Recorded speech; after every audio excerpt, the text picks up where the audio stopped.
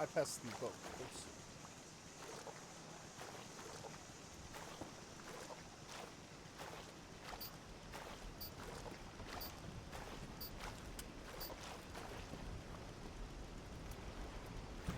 Dongans. Dongans.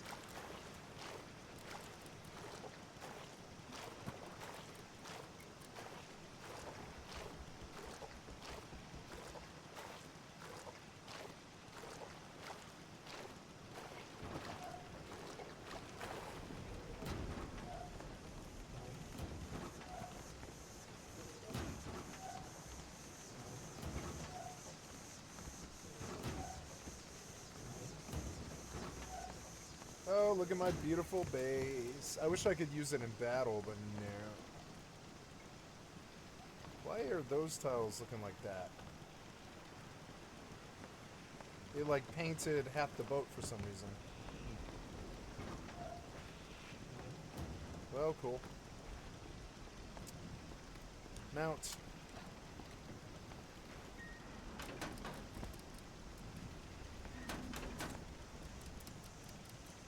Oops.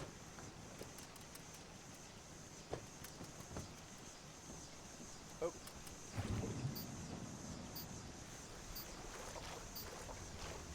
Okay, going home so that I don't lose my base.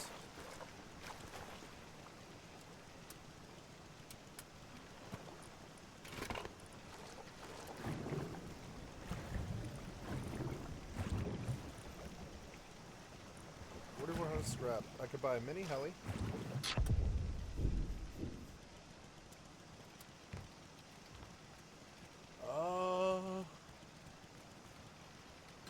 Yes, there we go. Good. Okay, we have gone in Priv, and we have opened the TC, and we've done mounted on that thing, and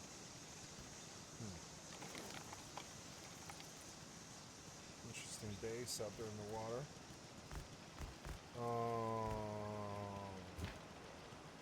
Yes. I think I go back now. TPB. 13 days of hard wall left. Yep. TPB.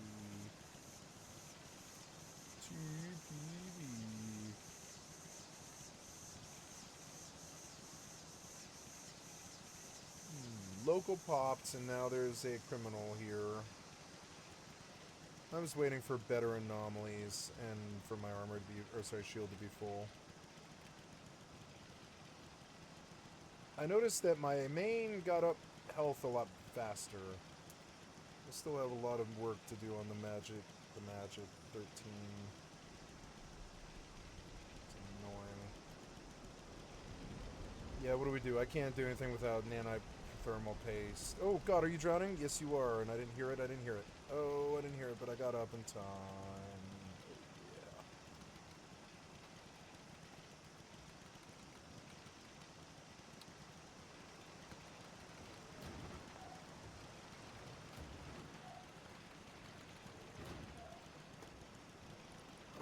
650 cans of food. Oh yeah, get me the full stats right away, bitch.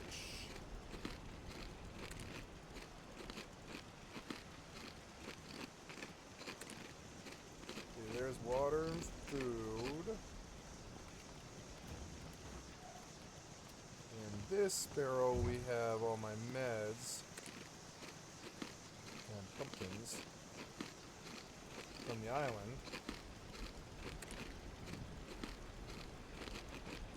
There's my kit, but I don't intend to use it.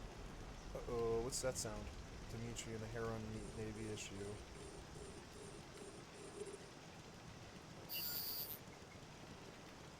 Okay.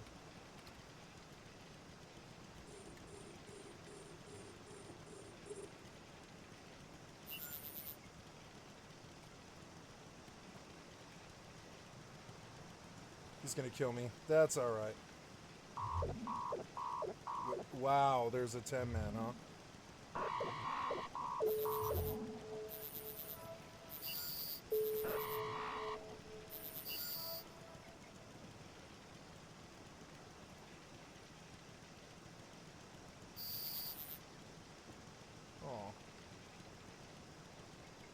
10v2.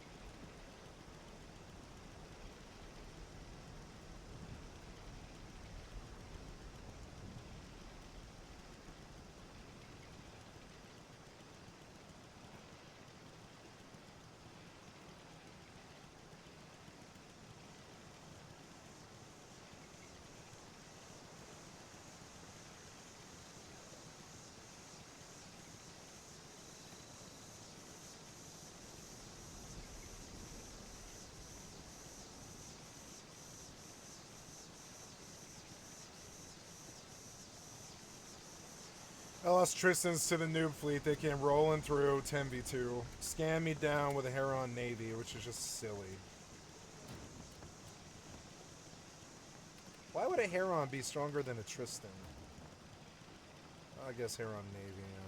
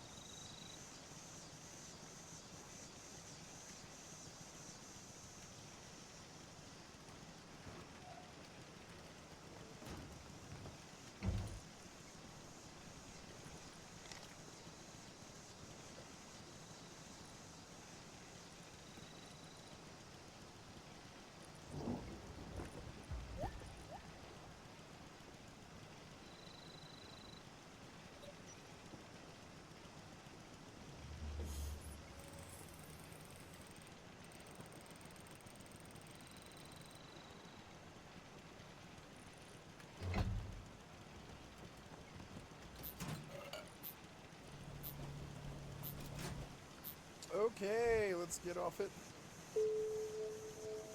Always happy to take the chance to get off it. I want my speed demon buff. It was so good while I had it. So sad.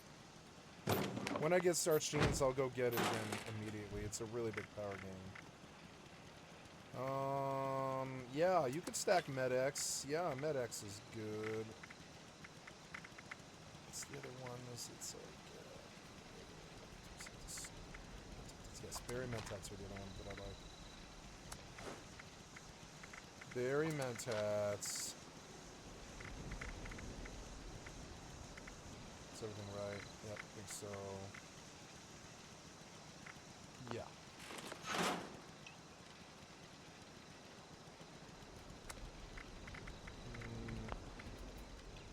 This game's been busted for a while. Did I repair my weapons? I think I did.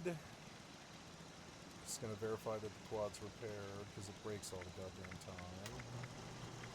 Nope. Oh, also, I need to mod this so it has a karma syringe. Good.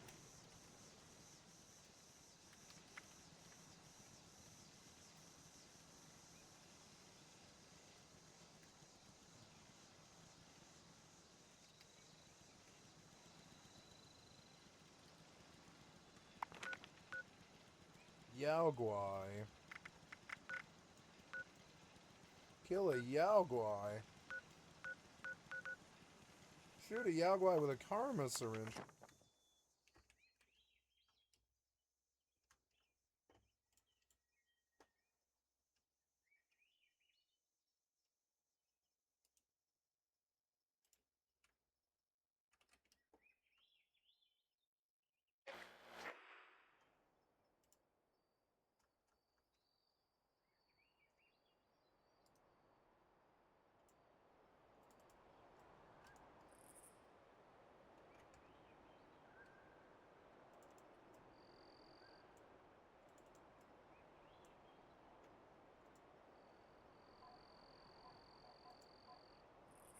Eve.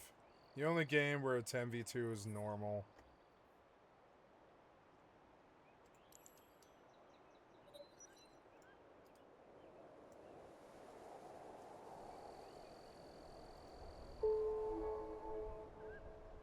Okay, insured and ready. New ship smell. It's dinner time and I should eat. Don't think I have any food in my freezer. I'll have to go upstairs.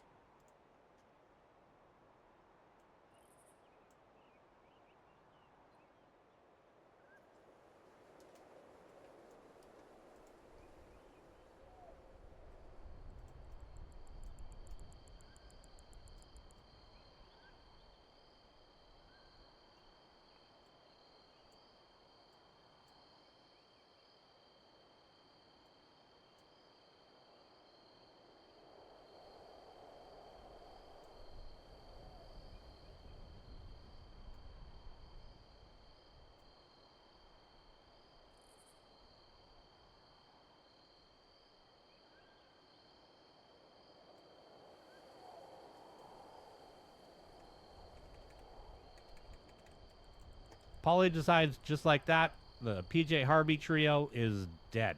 Dissolves it, kicks the band at the curb, she goes solo. Now, the industry's panicking. The industry always frickin' panic. Every story I've done for, I don't know, how long, industry panics about something. Well, in this case, they're panicking because this whole raw power trio, that was the story. Now what are they gonna do? She's finished. She blew up her own career on BS. They don't know Polly. She doesn't care about the narrative. She just cares about the art. So she disappears for 2 years. Doesn't release a record. Just goes away for self-reinvention. Spends that time learning. Teaches herself some new instruments. Changes the way she sings. Stops shouting. Starts crooning. Gets more immersed in the blues. But we're talking not the Chicago blues. The stuff that she was listening to when she was a kid.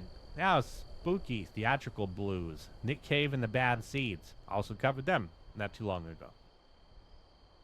So in 95, she comes back, and the Mindbender starts. Girl who screamed in a freezing basement in Minnesota wearing ripped t-shirts shows up looking like a 50s Hollywood starlet who robbed a bank, wearing evening gowns, bright red lipstick, straight out of a David Lynch movie. She releases To Bring My Love, but it's not raw punk, it's gothic, lush, terrifyingly beautiful. Got the organs and the synthesizer, strings, singing about love and loss and drowning, but with this whole theatrical, almost campy delivery. Releases the single Down by the Water, dark, Down swampy by pop the song about a water. mother drowning her daughter. Down Real by catchy the hook though. water, Got a video where down she's by floating in a the river dressed like a water. ghost, becomes a hit. Breaks in the US alternative charts in 12 countries. And the execs are scratching their heads. They look at the sales figures. Woman who's now in an evening gown. They're like, all right, cool. Guess we were wrong. She's gone from a punk rocker to a diva. All right, we could sell this. We can market the dark glamour. That's the new PJ Harvey. So they give her resources and budgets. Tours the world with a full band. Plays theaters. Becomes a queen of art rock. Collaborates with everybody. Acts in movies. Writes a soundtrack. And for 5 years, she's the seriest artist She's in a the badass. gown. Industries totally got it figured out. Put her in a box. I like Fiona more than her, but not much more. Yeah. Gothic blues queen. And then Polly goes to New York City. Falls in love with the dude there. The darkness lifts. Now she's writing about sunlight, happiness. Writing about skyscrapers and electricity and the feeling of being alive in a big city. So she releases in 2000 Stories from the City, Stories from the Sea. Total shock to the system. No ghosts or drownings. Totally bright and shiny. Sounds like a rock and roll record made by somebody who just had the best weekend of their life. Duets with Tom York from Radiohead on a song called The Mess We're In. The critics are like, love The Mess total We're In." masterpiece. Finally, she's accessible. They say she's mellowed out. Industry looks at this and they're like, hey, payday. This is the big Yeah, bucks. right. Commercial breakthrough. She's now the pop Nope. star, the happy rocker. No, she's never been a pop star. We could sell this to everybody. And it Nope. gets nominated for the Mercury Prize, favorite to win, 2001. Polly's on top of the world. But right around the corner, things are going to get pretty bad pretty quick. Because then comes the morning of September 11th, I knew it. 2001. Yeah, you try and conform, but you're not a conformist. It doesn't go too well, frankly. It doesn't really go too well. So I've decided that I'm going to eat all my food. And every time I eat, I'm gonna do one of everything in the pot. So I can get all the buffs I can possibly get. There's a lot of really good, like, buffs here. That's a lot of food, though. I shouldn't have made this much food. I'm just gonna eat it all. Alright, here we go. Eat it all. Start at the top. Nope, that wasn't it. Oops. Nope, oops.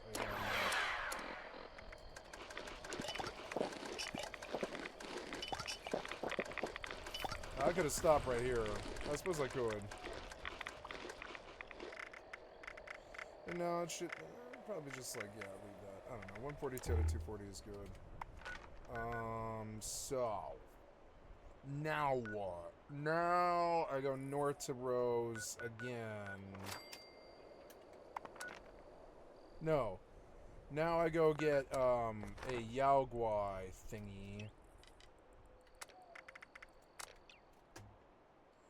I've noticed they really want you to use the syringer because they're like, we work so hard on the syringer probably.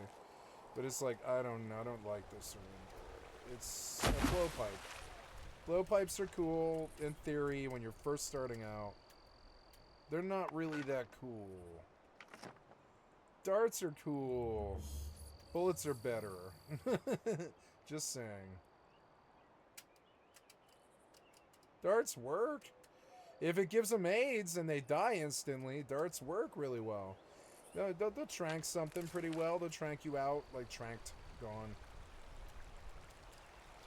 I shot you with a trank dart, and then you've got about 15 seconds, and then boom, sleeping. That could be really powerful. But darts, I don't know. Polly's in D.C., in town to do some press and play a show, staying in a hotel room, wakes up in the morning, turns on the TV. North Tower is smoking, sees the second plane hit, towers fall. 9/11. I was like, what else happens? It's the world, isn't it? I was like, what happens to her? Because I've never heard this story.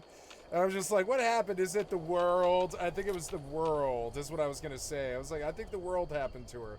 And I bet it is. All city she fell in love with is just completely Burned. obliterated, basically. Looks out her hotel window. She's in Arlington, Virginia. Sees smoke rising from the Pentagon. The attack has happened right there. Watching the capital of the Western world under siege from a hotel room window. Flights are grounded. white City goes people. into lockdown. Nobody's going anywhere. And that same night, 3,000 miles away in London, the music industry is gathering for the Mercury Prize ceremony. It's the biggest night in the British music calendar. And she wins Black it. tie event where they crown the album of the year.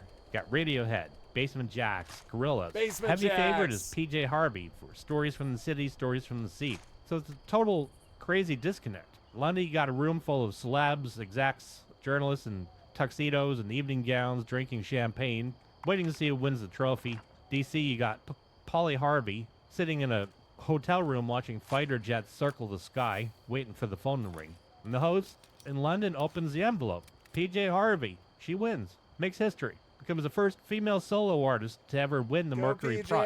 They patch her through in a live telephone feed to the stage. London crowd, polite applause. They know the situation in America, and it's pretty damn surreal, accepting this high honor over a career for an album about loving New York while watching New York burn down on CNN. Total mix of triumph and tragedy all in one place. Prize means nothing and everything at the same time. Record execs see this. They see the poise. God, don't make She's no dedicating mistakes. the award to New York City and their spirit. The critics are like, oh, here's a great angle right here. She's a chronicler of our times, the serious observer. Wrote about a city before it fell, won the prize the day it fell, but nope, PJ disappeared. 6 years, then released an album. In modern music, that's a lifetime. Could have cashed in, could have toured Stories from the City for years, could have made a part 2 of it. But no, she goes quiet, paints, poetry, disappears from the public eye. Because she's an actual artist. That's until 2007 with White Chalk, and the That's what industry I do. I doesn't do get shit this like that. new album necessarily. It's more of a slap in the face. No electric guitars, not a single one. A woman who defined her career by that Wow, sort of no. aggressive rhythmic guitar playing that's put the instrument in the closet, sitting at a piano, not playing like a virtuoso, just simple, repetitive, haunting chords, voice is unrecognizable, singing this high falsetto. Not rock or blues, it's this minimalist chamber music. Critics have no idea what to do with it. It's not catchy, it's not fun, disturbing, but they're like, hey, she reinvented herself again. And they think, all right, surely she's done with that experiment. She's going to come back to rock or do a blues record. Can't tour an album of sad piano songs forever. In 2011, she releases Let England Shake. Shows up holding an auto harp, an instrument usually associated with folk singers in coffee shops in the 60s. Uses it to make a record Auto about harps are war. awesome. World War I. Sings about the trenches, soldiers rotting in the mud. The music industry is again totally baffled. They have no idea how to market it. Not pop, not rock. Critics are like, oh, it is a masterpiece. Call it visionary. Look at the woman who won in 2001, and the Mercury Prize committee meets again. They see the arc, the refusal to repeat herself, and again she wins the Mercury Prize. Only artist in history to ever win it twice. Kind of weird. I mean, she didn't buy into the whole quote-unquote selling out thing that the labels would always want from any artist. Didn't find a formula and stick to it, like AC/DC. She won because she never repeated herself. She had a violent noise record, then a theatrical blues record, then a happy rock record, then a sad piano record, then a war folk record. Every time the music industry built a box for her, she kicked the sides out and walked away. Like, subscribe. Thank you. I can't stop thinking about the movie Fountain of Youth. And Oh yeah, didn't we watch this last night? I don't think I want to watch this one, no. Oh yeah, we didn't finish the Wendigoon though. I haven't seen this Wendigoon yet. The one performance that killed Hootie forever. I don't care about Hootie.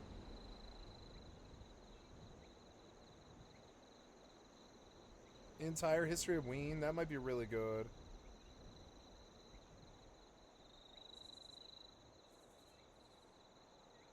We never finished the Jim Leahy show, huh? But there's all this DMCA in it, I think.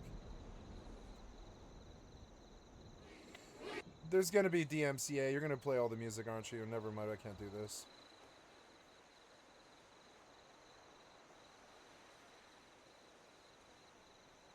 I know the name of this singer. It's Roy Mustang. Puppet Master Killer set up the most elaborate murder. The Descendants was really good, but it had too much of DMCA. HR from Bad Brains is one I really want to do, but I can't. Nine Inch Nails' insane success nearly killed Trent Reznor. Yeah, we know.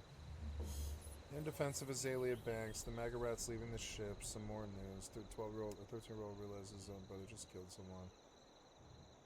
The Bill Murray stories, I watched that yesterday. The Sonic Youth documentary, watched that a couple of days ago.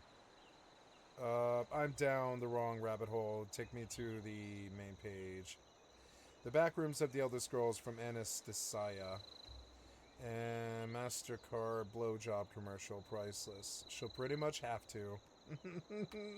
Oh my god. Monsters and Memories, the housing problem. The most disgusting singer in history.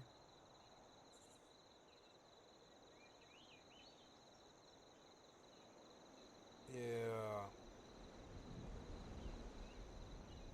In Living Color, Career Aid, We Are the World parody. My Failed Paralife, Existential Crisis. I'm Lost Again, Dad Time, Test. Yes, update pulled me back in, then I got lost. Yeah. David Burns talks about being autistic. Why the most recent batch of UFO files is different from the others.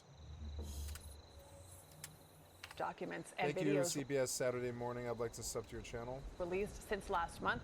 And as Christian Benavides reports, this latest release is unlike the other two releases. In July 2025, an eyewitness shot this cell phone footage of two orbs the size of basketballs appearing to fly through the sky in formation. The orbs appeared to merge, then move out of sight. The sighting happened in an undisclosed location in the northeast U.S., not far from another encounter in October 2024, when an eyewitness shot this iPhone video of a plasma-like sphere that they say remained stationary in the sky for 45 minutes before disappearing. What we're looking for, though, when we're looking for life, is most likely microbes or bacterium, kind of biomass, not necessarily flying saucers. Jana Levin is a professor of physics and astronomy at I agree. Barnard College of Columbia University. She says these objects in the sky could be balloons, drones, or optical illusions. Is this the most information that we've had at the palm of our hands? No, it's really not. There were something like 1,600 cases that were studied by a committee that was joint between the All Domain Anomaly Organization and also the NASA committees. But more and more Americans believe in UFOs. A CBS News poll found 63% of people believe there is intelligent life in other planets, up from 48% in 1997. Why is there so much more attention nowadays to this? We have just sent 4 astronauts for real to the moon and back.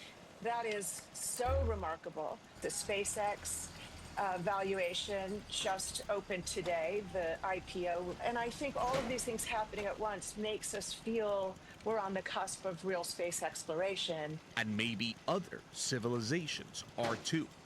For CBS Saturday Morning, Christian Benavides, Miami. I'm gonna out myself. We are big alien believers in our household. My husband and I go down the rabbit hole all the time. Do you now? Okay, but that video that Christian just showed us makes me sick. Like, I do not like it at all. Why? There's no harm coming to us. I do not They're want just out there. No, I do not want to be here when they arrive. I It's don't. okay, we'll get through this together. No, we don't. One of us will die, Kelly, and it'll be me. We've all seen the movie. Actually, I'm seeing Disclosure Day Are today, you? so we're gonna see the movie. Okay. All right. Okay. We We're come in off the rails peace. here. We come in Lots peace. more news straight ahead, but first, here's a look at the weather for your weekend.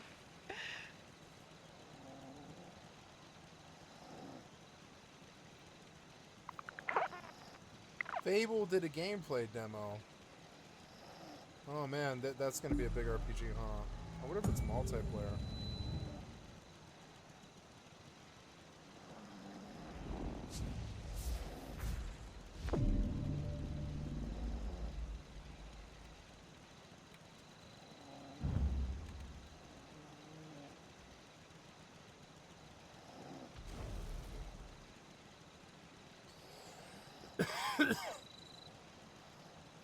Here's a hot video about what did ancient humans do with the mentally ill. Imagine waking up one morning hearing voices. Voices that tell you things. Thank you, Mac. Important I'd like to sub to your things. channel. Maybe warnings. Maybe It's another badly drawn guy. prophecies. Maybe just pure chaos at 3 a.m. while everyone else is asleep. Now imagine this is happening to you in ancient Egypt, 3,000 years ago. You don't have a diagnosis. You don't have medication. You don't have a therapist named Dr. Keller who charges $120 an hour to nod slowly and say, "And how does that make you feel?" What you have is a priest, a goat, and a very serious ritual. And here's the wild part. Depending on where and when you lived, that might have actually been not the worst thing, or it could have been absolutely horrifying. Because how a society treats its most vulnerable people, that tells you everything about that society. Everything. Let's start with prehistoric humans because yes, we actually have evidence of how they dealt with mental illness, and it is immediately insane. Archaeologists have found skulls thousands of years old with holes in them. Not battle wounds, not animal attacks. Clean, deliberately carved holes. Some of these skulls even show signs of bone regrowth around the edges, which means the patient survived the procedure. They lived with a hole in their head, intentionally put there. This is called trepanation, and it is exactly as metal as it sounds. Oh, that's what they did? Fucking lobotomy? I mean, am I surprised? Sounds like the humans I know. Okay, guys, I gotta run up to the freezer and get some food out. I'm going to go do that. I will be right back. Hi, kitty. It's time to feed you, too. You ready for dinner? Oh, yes, you are. You ready for dinner? You happy? Yeah, look, you're not in pain anymore, huh? You were in pain there for a couple of weeks. You're not in pain anymore, are you? No, I can see it in your face that you're not. That's good. That's real good, kitty. It's dinner time. You ready, sister? Dinner time for sissy time. Dinner time for sissy time. Dinner time for sissy time. Okay, it's dinner time for sissy time. Oh.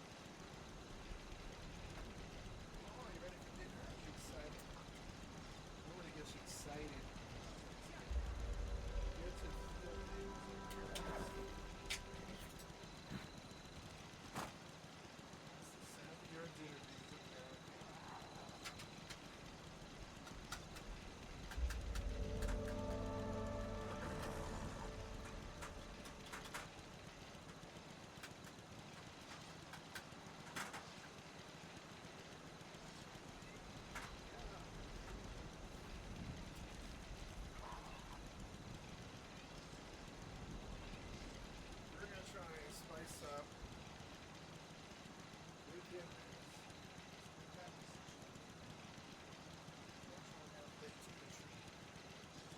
Yeah, we're gonna give you two different kinds of things. Yeah, we're gonna do something else too.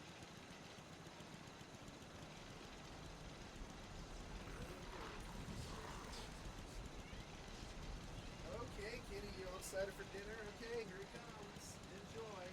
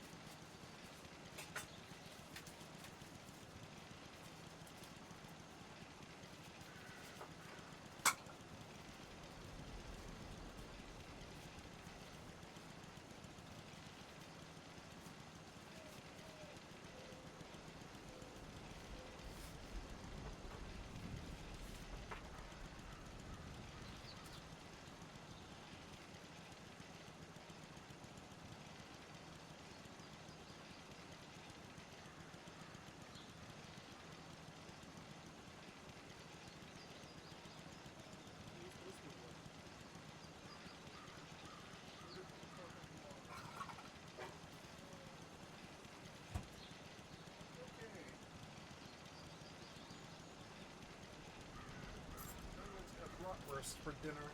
German bratwurst, which is kind of an interesting choice, but I feel like proteins, so.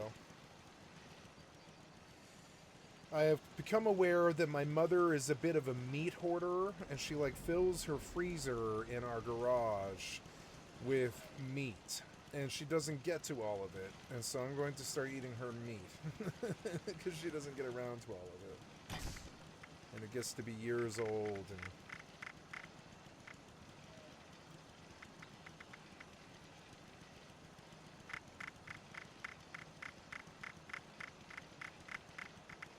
around like 9, I'll cook some bratwurst, but I want to let it defrost.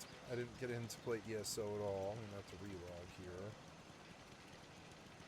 Docking access denied, but nobody's in local except me.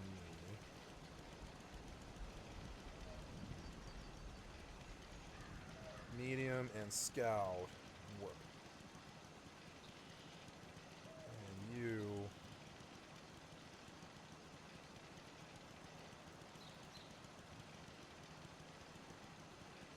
Good. Scout's up. Let's go get some monies. I'll put my headphones away. Turns out my iPods work on Android, which is good.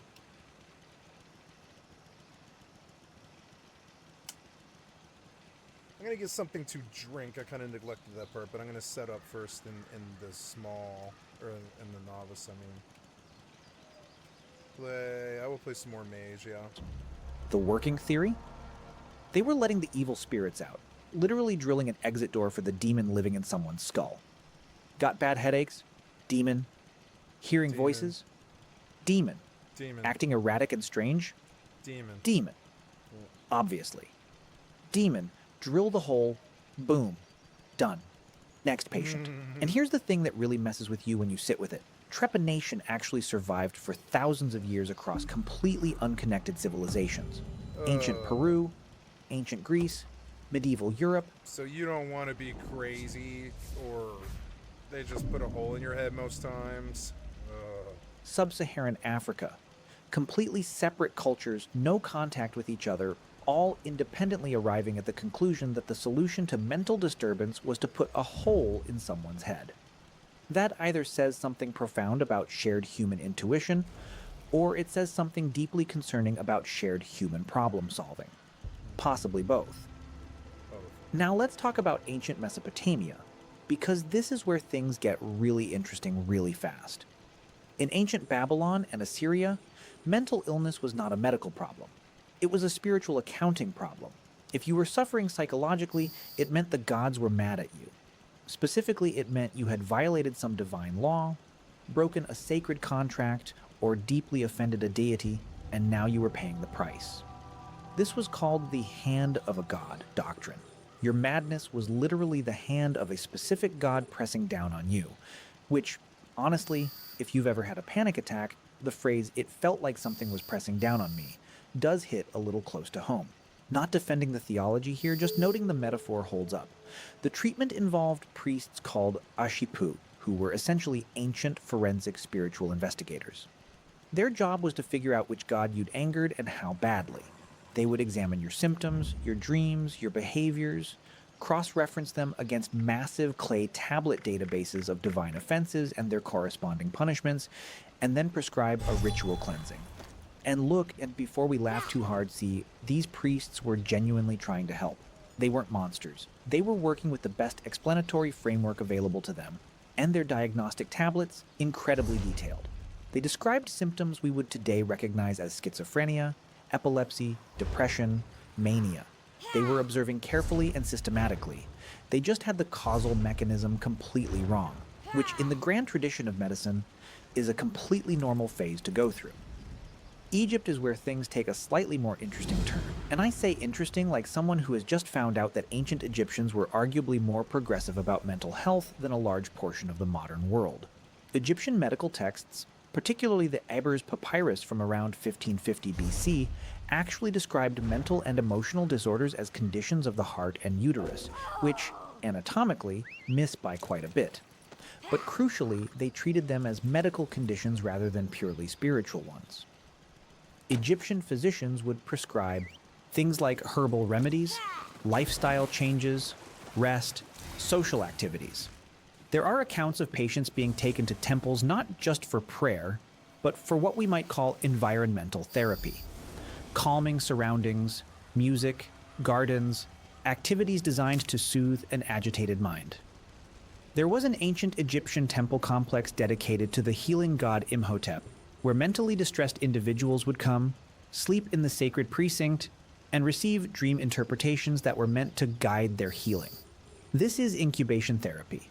You are being prescribed therapeutic dreams in a peaceful garden setting. That is genuinely more chill than a lot of modern psychiatric facilities. I'm just saying. Egypt also had a concept that some mental disturbances came from the heart being too full or too empty, almost precursor ideas to what we'd understand as mood disorders. Not quite right, but in the right neighborhood, pointing at the right building, wrong floor. Now we cross the Mediterranean, and we have to talk about ancient Greece, because ancient Greece is where things get philosophically fascinating and also occasionally horrifying in that specific ancient Greek way, where everything is very smart and also somehow involves suffering. The Greeks had two competing frameworks for mental illness, and they were at war with each other for centuries. Framework 1, the divine explanation. Mental illness was sent by the gods, specifically as punishment or as a form of divine communication. This was actually considered by some Greeks to be almost a privilege. Madness sent by the gods could mean the gods were speaking through you. Oracles were mentally extraordinary by definition. Some forms of what we would now call altered mental states were considered prophetic gifts. Plato himself wrote about 4 types of divine madness: prophetic madness, ritual madness, poetic madness, and erotic madness, all of which were considered superior states to ordinary rational thought. In Plato's view, a totally sane, completely rational person might actually be spiritually limited. The mad person had access to truths unavailable to the merely normal, which is genuinely a wild take for someone who helped invent Western rational philosophy. But, okay, Plato, do your thing. Framework 2. The medical explanation. Hippocrates, the doctor, the oath guy, directly and explicitly rejected the divine explanation for mental illness. In his text, On the Sacred Disease, written about epilepsy but with implications across all mental conditions, Hippocrates argued that mental disturbances were diseases of the brain caused by physical imbalances, specifically an imbalance of the 4 humors: blood, phlegm, yellow bile, and black bile. This is where we get melancholy, from the Greek melas, meaning black, and kolon, meaning bile. Depression was literally called black bile disease because they thought you had too much of it. Was that correct? No. Demonstrably no. But the principle that mental illness has a physical, biological basis rather than a supernatural one was so far ahead of its time that most of the Western world wouldn't consistently operate on that assumption again for roughly another 2,000 years. Hippocrates was basically running ahead, turning around, shouting, come on, it's this way. And the rest of civilization said, thanks, we'll catch up in the 19th century. Rome largely inherited Greek ideas, with some additions and some steps backward, which is sort of the Roman specialty in all things. Take Greece, keep some of it, ruin some of it. Build better roads. Roman physicians like Galen continued the humoral tradition, recommending treatments like warm baths, massage, exercise, dietary changes, and conversation. Yes, conversation, talking through problems with a physician. Galen believed that the stories patients told about their distress were medically important. Not quite psychotherapy, but you can see the silhouette of the idea taking shape in the distance. However, Rome also gives us some of the darker chapters in ancient mental health history, because wealthy Romans who had inconvenient relatives whose madness might embarrass the family, endanger the inheritance, or just make dinner parties awkward, could have those relatives legally declared incapable and confined. The Romans had a legal category called furiosus, basically madman, and a person declared furiosus lost all legal rights. They could be locked up. Their property was managed by a guardian, And the decision about who qualified as furiosus was made by the family and local magistrate, not a physician. So if your uncle was genuinely suffering from severe psychosis, he might be confined. But if your uncle was also very rich and you were very greedy and slightly unscrupulous, well, furiosus is a flexible word when there's an inheritance at stake. Now we enter the medieval period. And here's where I need to address the massive misconception that medieval people were universally horrible to the mentally ill, and that it was purely religion and superstition all the way down. The reality is significantly more complicated and, in places, genuinely surprising. Yes, the demonic possession framework was dominant in medieval European Christendom. Yes, exorcism was a standard treatment. Yes, there were cases of people being beaten, imprisoned, or worse under the belief that they were demonically afflicted. But there's another thread running through medieval history that doesn't get nearly enough attention. Medieval Islamic civilization, which stretched from Spain to Central Asia during this period, was doing something genuinely extraordinary with mental illness. The physician Ibn Sina, known in the West as Avicenna, wrote the Canon of Medicine in the early 11th century, one of the most comprehensive medical texts in human history. His framework for mental illness was explicitly medical. He described conditions resembling what we would call depression, mania, anxiety disorders, and what sounds very much like obsessive-compulsive disorder. He recommended music therapy, physical exercise, meaningful work, and what he called psychic treatment, using conversation and suggestion to alter the patient's mental state. Ibn Sina is, in the most literal sense, describing psychological intervention in 1025 AD. Medieval man, not post-Enlightenment, not Victorian, 1025 AD. And the Islamic world didn't just theorize, they built. The first psychiatric hospitals in history were built in the Islamic world. Baghdad had one in the 8th century. Cairo had one in the 9th century. These were not prisons. Historical records describe them as places of healing, with running water, gardens, music, and physician oversight. Meanwhile, Europe was performing exorcisms.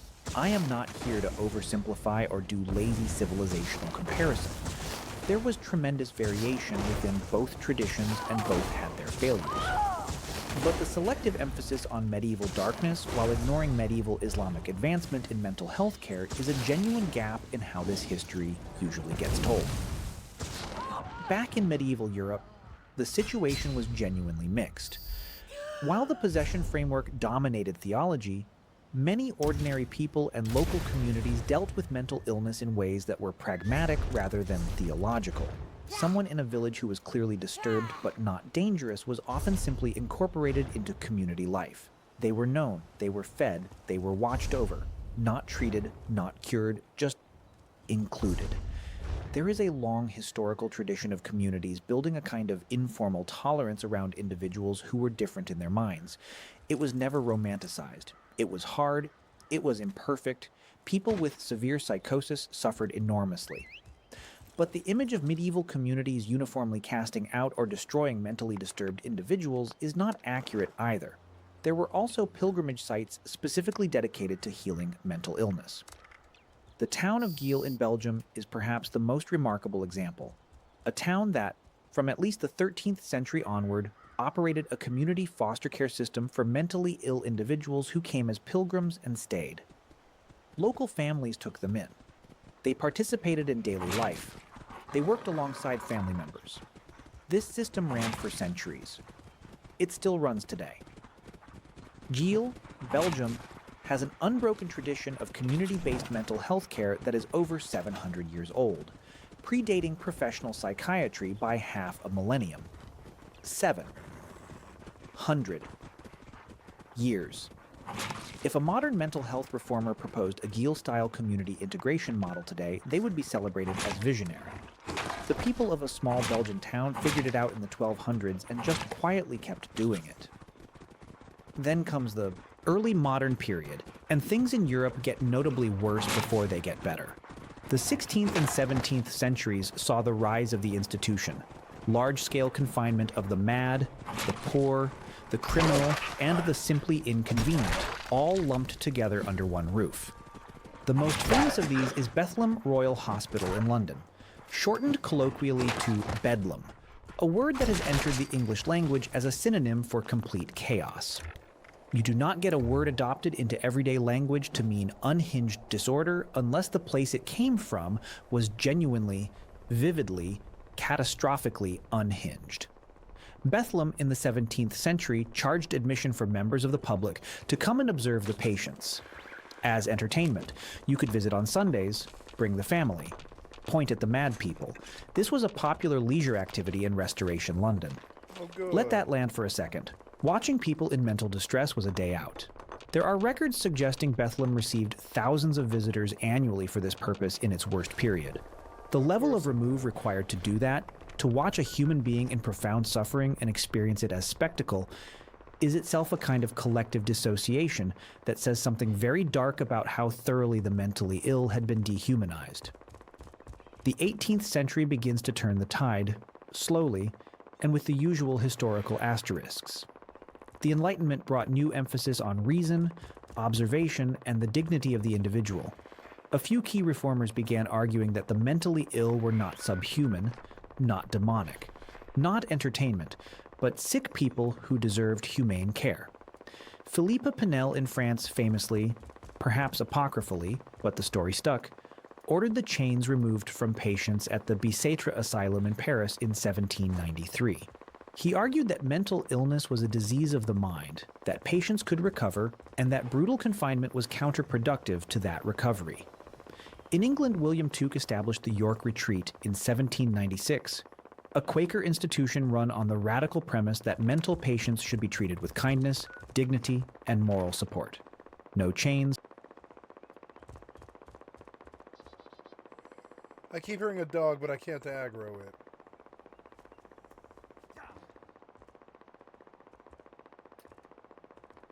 Oh no, maybe that was in the game, in ESO.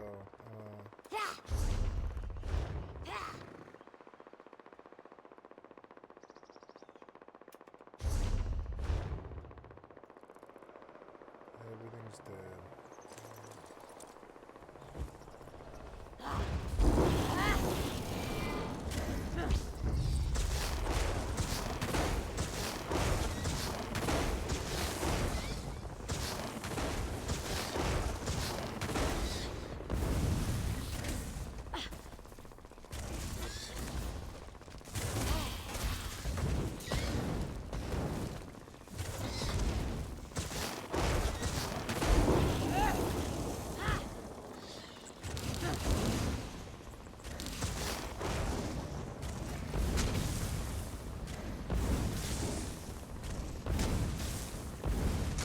No, I aggroed a bowling match.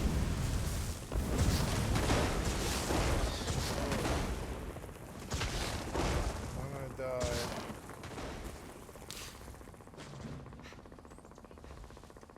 Kill this thing first.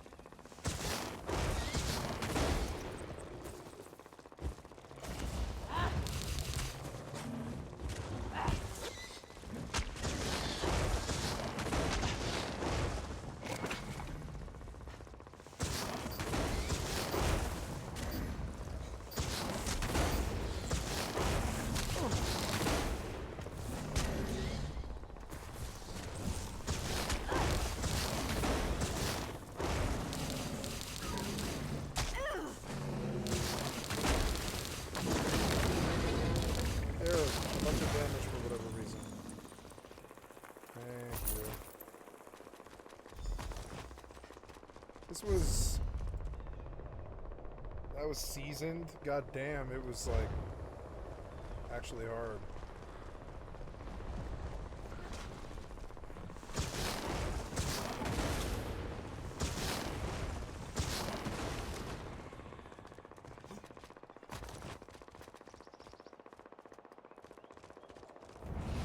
Damn, that sound sucks. I want to get away from it now.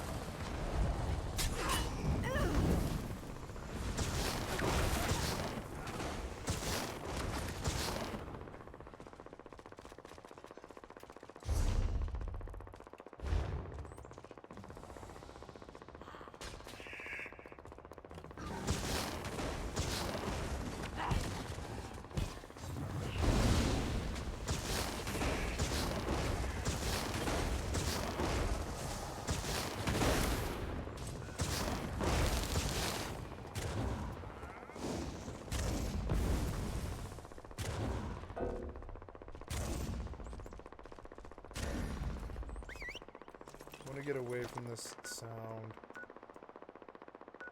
I would just go to 76 and run south, because it's like, I'm liable to find a dog, I think. Okay.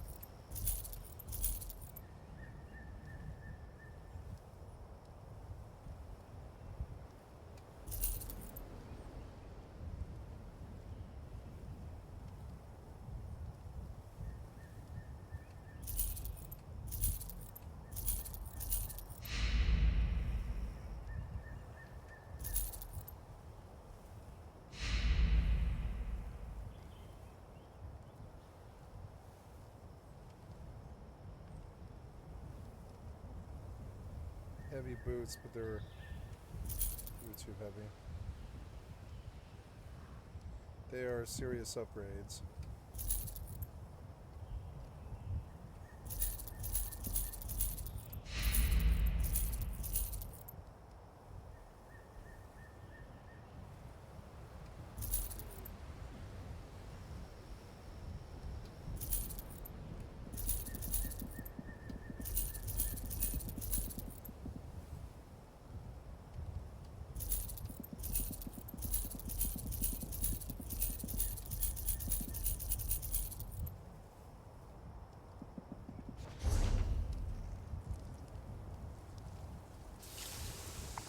I can hear gunfire that sounds like a player.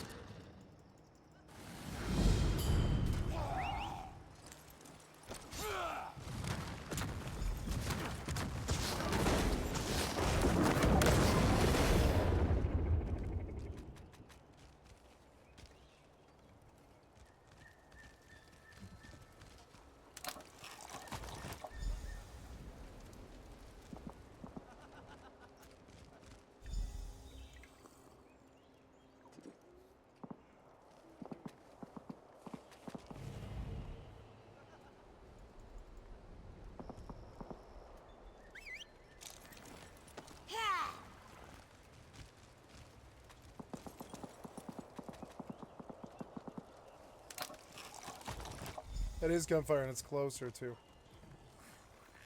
See if we can't go get a kill.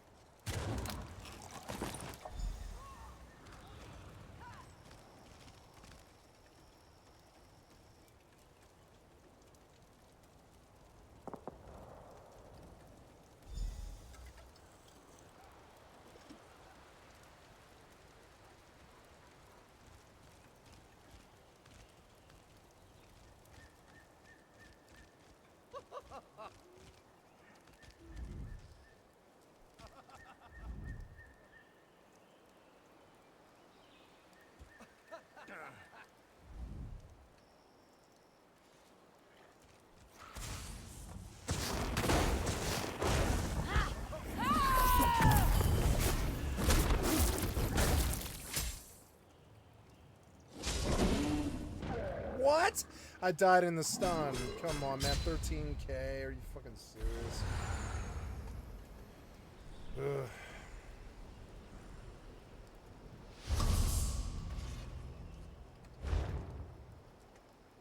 Oh. Yeah, sorry, I'm a wolf. I'm a wolf. Oh, don't kill me.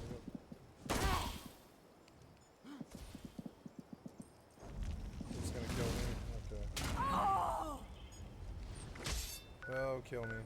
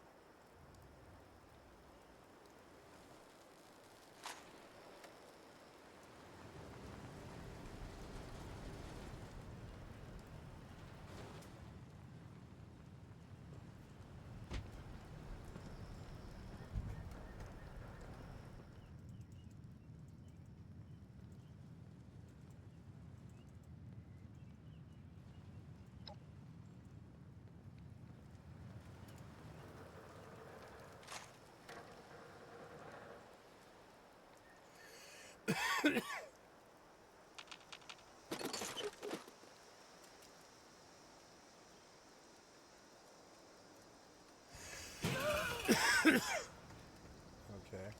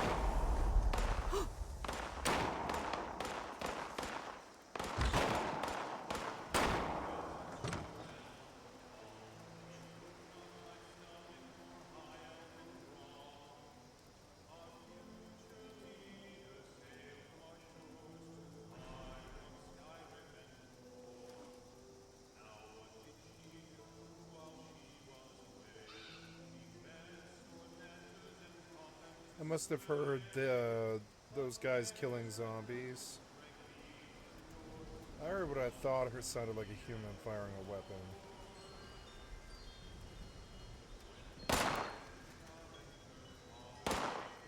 I don't want to make any noise.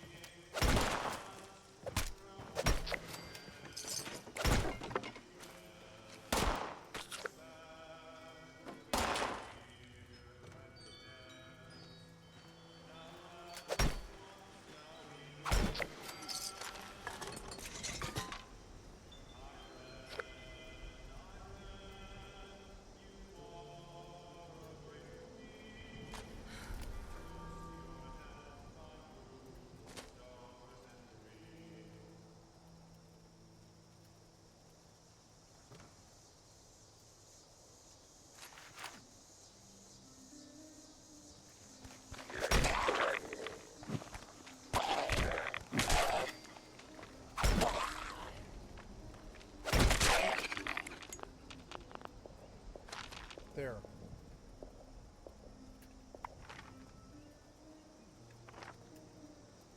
Maybe he's doing the daily.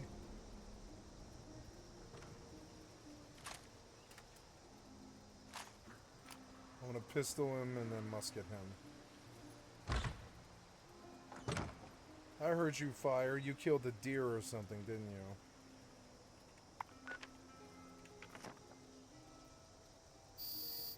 Oh no.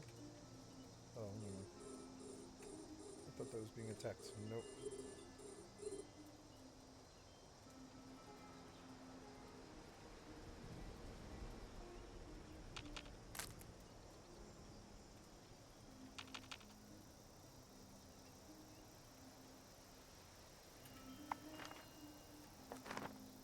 I heard gunfire. There he is.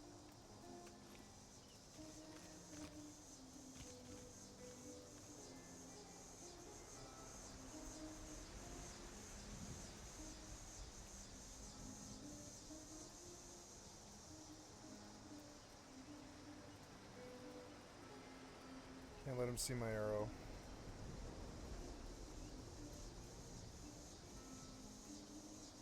Where is this guy?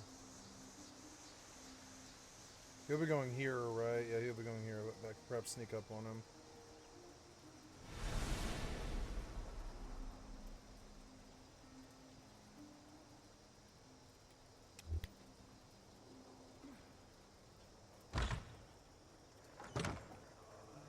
Fuck me, where is this guy? He's gonna be in here somewhere. I lost track of him.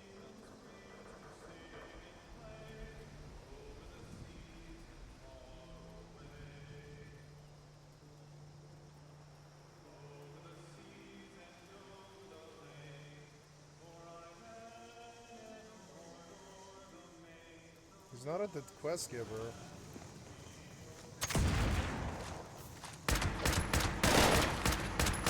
Got his ass. Oh. Sorry, buddy. Oh, look at this. I knew it. Yoinks. And now back to my house where none of the people whose stuff I stole can get at me. I'm full. I'm over encumbered. Must get out of this area.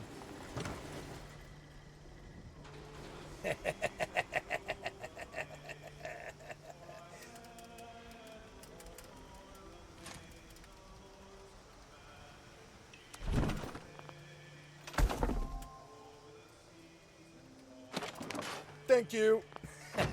Oh, look, he had bulk screws. Poor guy. Well, thank you. Okay, now back to my house where none of the people whose stuff I stole can get at me. What do you mean over encumbered? What do you mean? Is it balls? No. What is this? It's armor? Yes, some armor. 251 out of 205. Wasn't I at 240?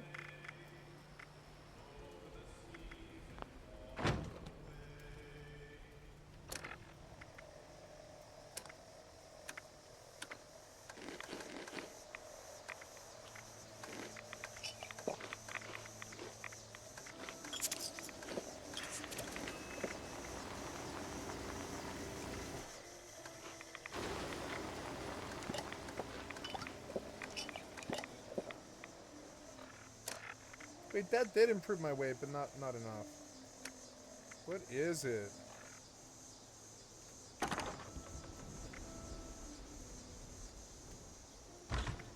Oh, he had 37 stim packs, that's part of it. Yeah, they were heavy. 19 purified water, I can't really do anything about it. 31 rat away. Spoiled me. Oh damn, get me out of here. You think you'll bring me another gun? I'm such an asshole. Get me out of here. I love ganking Fallout people. It's so fun. It's so fun. I knew he was going to show up at that quest giver. I knew it, and he walked right the fuck past me. He didn't see me at all.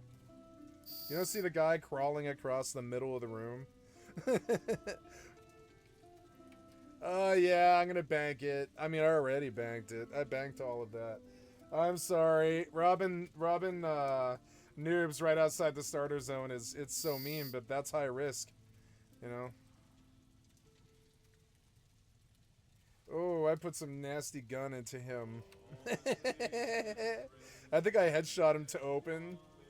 Pat, pat, pat, pat, pat, pat, pat. He was like, no, no. And I was like, yep, yep. It's high risk, baby. Wait, what? Oh, did we cap? Yay, we capped. 5,000 LP each. There's somebody else here.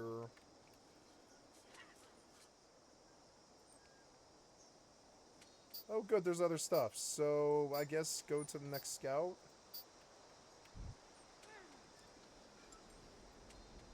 Oh, no, maybe we can't. Go to the small. At least I'm not hurt anymore.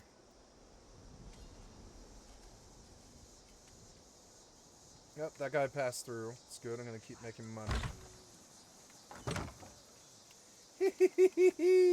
I robbed this guy so bad, now off into the wasteland where he never sees any of his stuff ever again. Back to the place, back to safety where none of the people whose stuff I stole can get at me.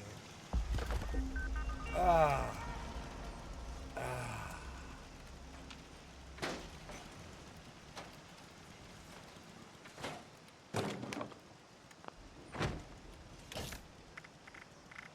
Okay.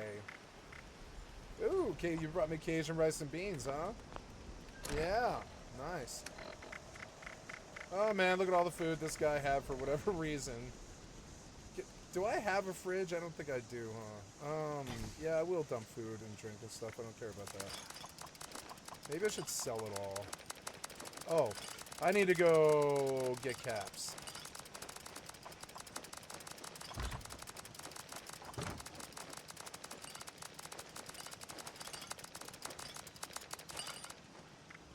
Okay, sort by value. I will take the carry weight booster, yes, and I will put it on my bar so I don't lose it. Perfect bubblegum, nice, 60 minutes. Royal Jelly Taffy gives you 120 AP for I don't know how long. Royal Jelly Taffy, Nuka-Cola Quantum, canned fish chowder, Nuka Cherries. I'll take 10 Nuka Cherries, please. 12. Yeah, that'll do. Right. I want to put on my bar. I want to put these. No, I guess it wouldn't let me. Oh well.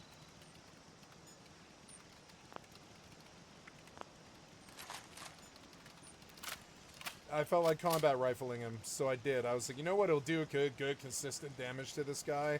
A tactical combat rifle. It just will. It's not gonna fuck around or not get crits or anything. It's just gonna hurt. It's gonna hit for like 25 damage a hit. Five or so hits and you're out. I don't even know how much health. How much health does Fallout player have? Does it tell you what your fucking... Yeah, HP is 233. So yeah, at about... I mean, I don't know what the combat rifle hits for.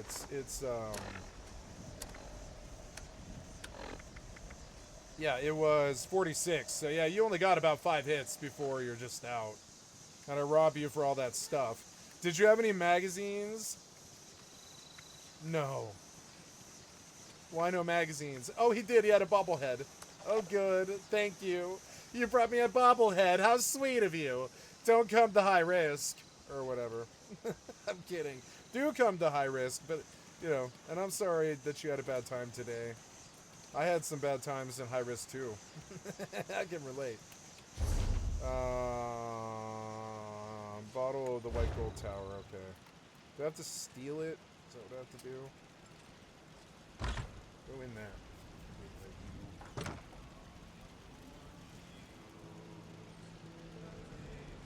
I think I'm only playing this game because it's free. And I feel like I want to get a foothold in the game so I can just play it for free forever, whenever I want. But it's hard to play it all the time. Oh, no, I don't want to do a preview. No, I don't want to.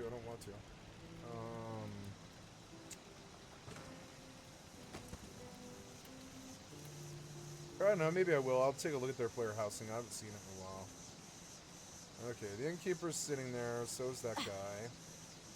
If I know Bethesda well, I know that they don't register standing on things as well as they do other things. So I go, standing on this table, I crouch down, I wait for the brewer. Hi, kitty, you want to sit on my lap? You can. I wait for this brewer to like, I don't know. You're not gonna let me steal it, are you?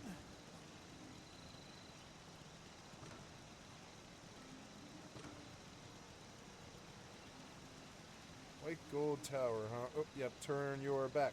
Turn your back. Turn your back. Turn your back. Turn your back. Turn your back. Turn your back. Hi, kitty. You want to cuddle me while I wait for this bottle to become stealable? Yeah, wait for me. Sooner or later, the next, like, 5 minutes, you're going to turn your back on this thing. When you do, it's mine. If I back up just a little bit, can I do it? No. But you're not really looking at me right now.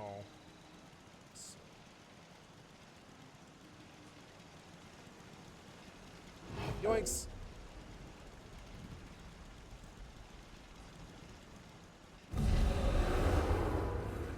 Prevent stealing placed items.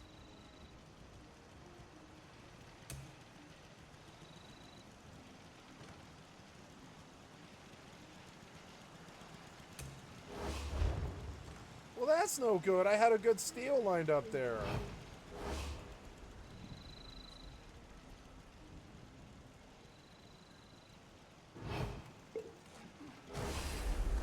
Damn it. The stupid bottle was in the way. Oh, my kitty. My kitty. I love my kitty.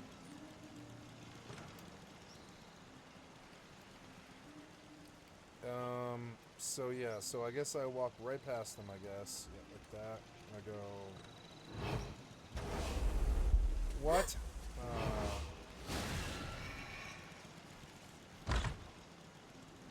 What am I supposed to do here?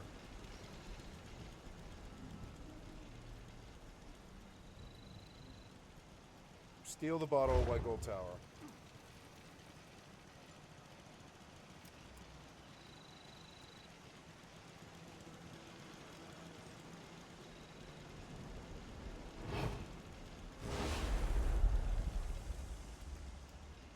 You have to get hella close to it. It sucks. Give me the White Gold Tower.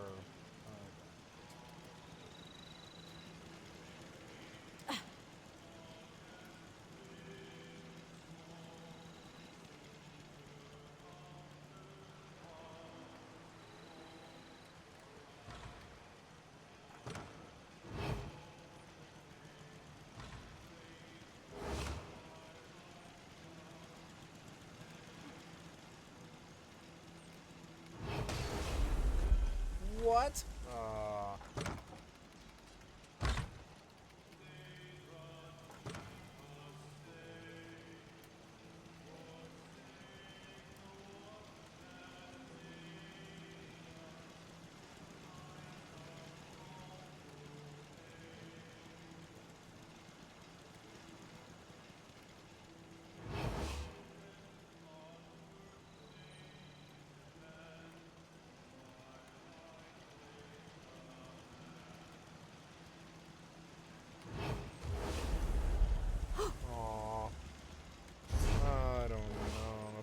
The skill to do it.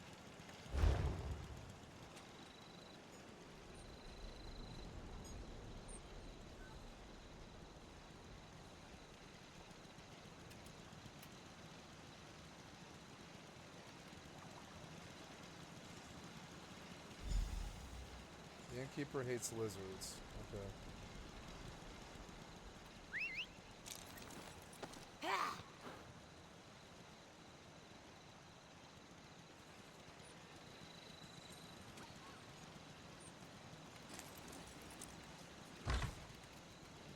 That poor guy.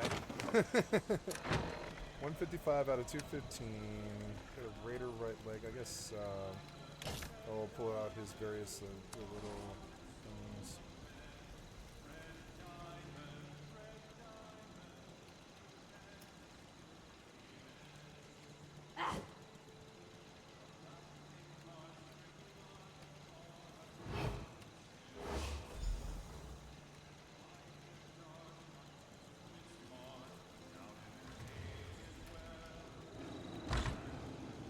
Oh, I should have popped those boxes too, but oh well.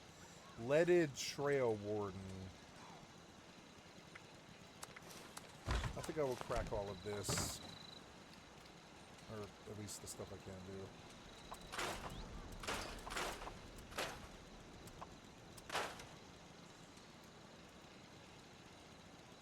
Nah.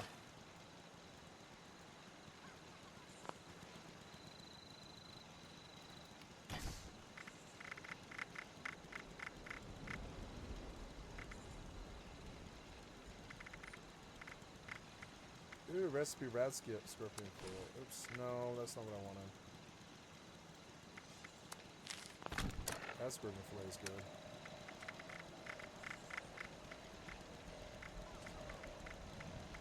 Oh, you're not showing it to me though. Oh no, yes you are.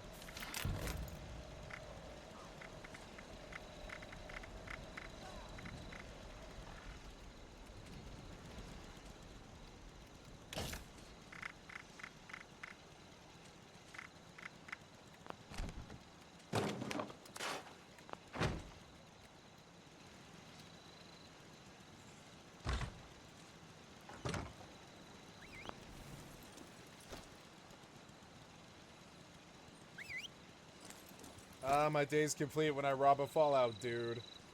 When I rob a Fallout guy. Player. My day's complete. I robbed a Fallout nerd. You know how much I like robbing nerds.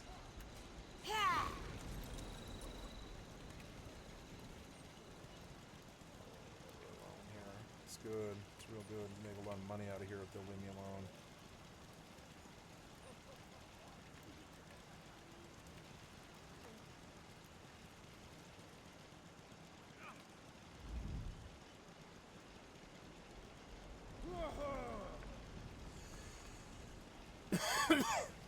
So, this bullet sponge shit sucks. Change it so I can kill these things. Fucking stupid.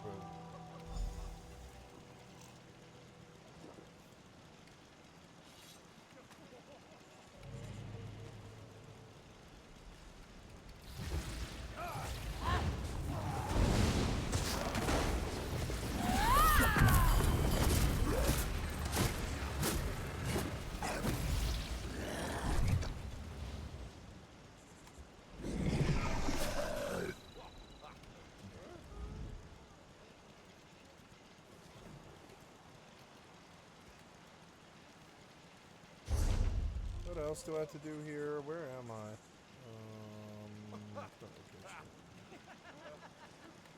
Convince the Nords.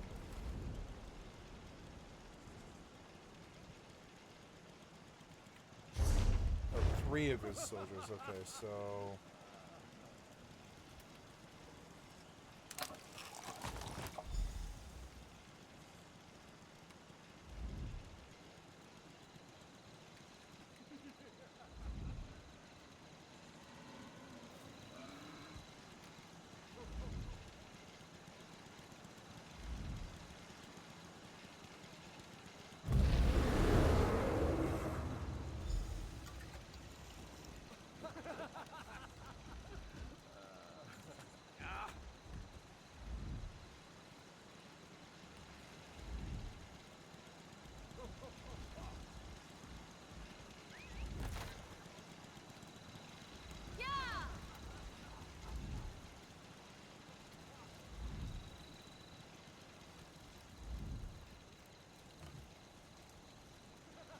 Damn it. I don't know. I don't know what I'm supposed to do. Just gonna say the same thing, aren't you? I don't like this theme park stuff. You are annoying. What do I do? None of these guys are queuing anymore.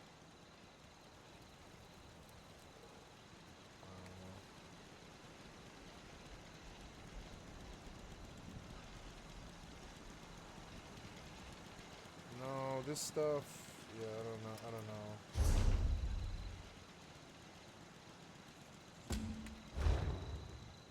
Attack the keg of Blackfire mead.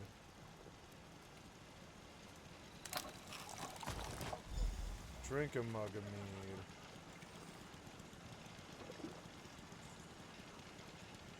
Defeat a wood sawer. Oh, okay. Sawyer.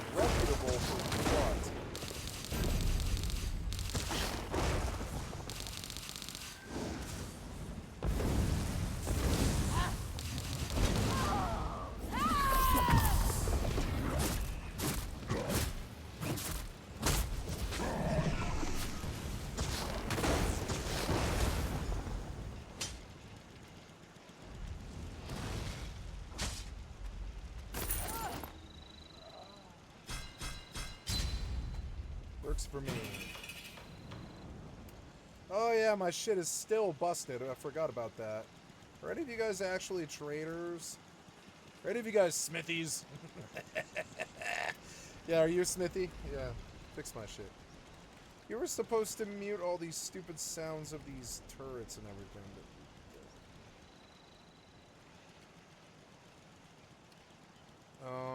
I want to sleep. I want to sleep. Yeah. Repair all. Repair all for $69. There we go. A little better now. All right. Now I go up there and I collect mud crab meat. Okay. Oh, talk to Railgar Stonecrusher now. Naril Alaren. You gave me some kind of belt piece, did you? It's a belt, it's BOE, it's a medium, and it's an upgrade, except. Yay. Very good. Belt of the Mountain Connected. Reflected. I don't have any skill points, which is good. Coming up at level 15, I'm finally going to get dual spec weapons and or dual wheel weapons and I think I get my clan fear, which makes tanking a lot easier. I might be able to up the challenge level.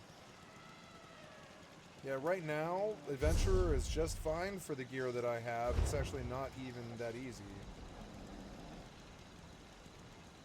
You can still die.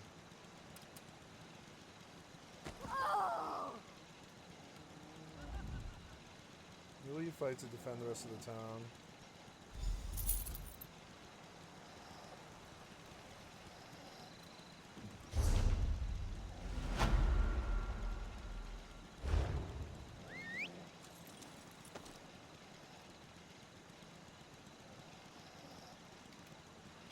Nope. I like the FOV actually. It made the game a lot more fun for me because it like sucks me in. It is immersive. But it took low FOV. I didn't know how powerful low FOV was for me, but it changes games. It's made 76 fun again. Like low FOV and like right here, like yeah, like zoom in as far as I can. This low FOV makes the game much more enjoyable for me. It really does. This thing too. This game too. This yeah, like this low FOV, like right here. This is a good FOV right here.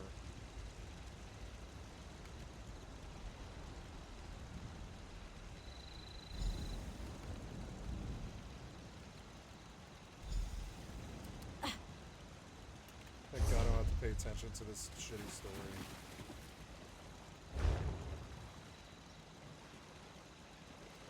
This seems like an opportunity for stealing. Steal from the Khajiit caravans down by the river or whatever. Yep. Kinda thought so.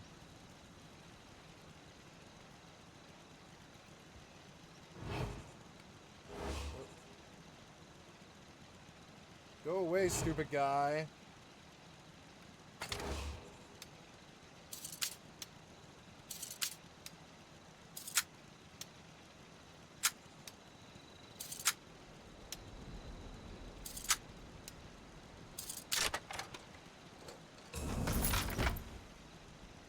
Nice. No resistance. Treasure chest stalker.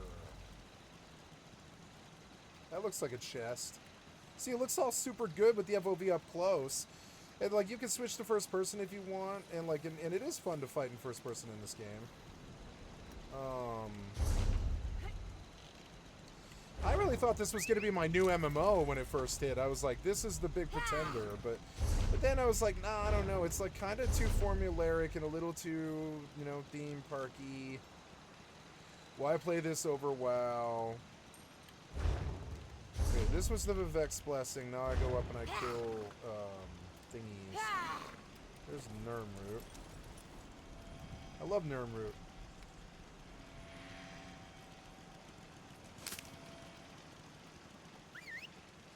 I'm steeped in Bethesda. You can see it. I've been doing Starfield and fucking Skyrim and fucking Fallout 4. I even did some New Vegas on my stream. I've been doing a lot of fucking Starfield. I have like 1,000, 1,200 hours or something dumb. I don't know what it is. I thought Starfield was better than 76, but what I really wanted was a game like this to run in the background all the time.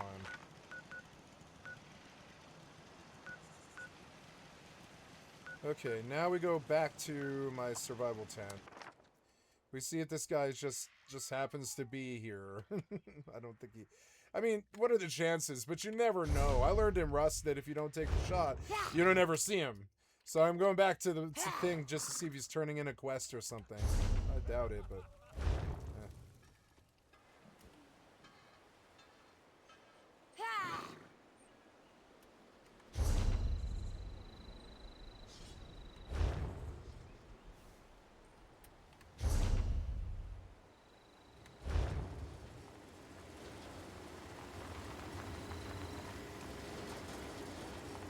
Okay, be careful. I turned my flashlight off so he wouldn't see me.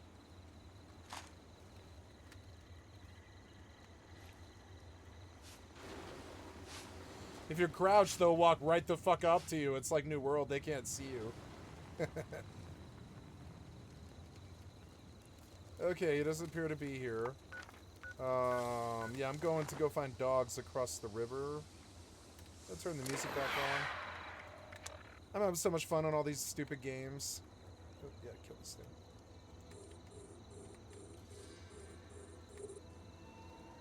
Oh, look, they're leaving me alone. All the bullies have been coming for weeks and weeks and weeks. And it's just like, nah, motherfucker, if you need me to be your target, you're the worst hunter ever born. There's so many other really juicy targets out there or whatever, instead of the same guy playing the same games every day or whatever. It's like dumb. I'm a member of your community, leave me alone.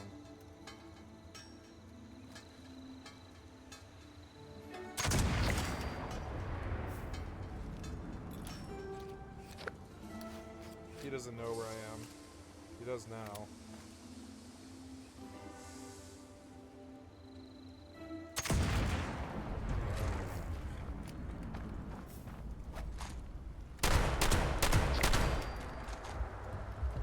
Trying to let this guy know where I am, see if he pushes me. Give him a chance to get some of it back. I've also got an errand here. I'm like running due south and just killing zombies. Pumpkins will sell. Also, there might be like a weekly or whatever. Oh, I suppose I should track all the stuff, huh? I never track the challenges, and I probably should. Build anything in a shelter, harvest corn, plant a crop, collect soap, complete a mutated. I won't do a mutated public event, I know I won't. I don't, I could mod an energy weapon, kill a mutated enemy, kill a superhuman with a rifle. What was that sound? ESO? I think it was ESO, yeah.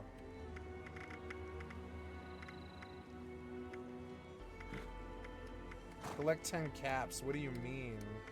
Collect 10 caps. Oh, you mean like caps that are like lying there? Okay. Oh, what was that sound? I thought a player was coming up on me. I was like, what?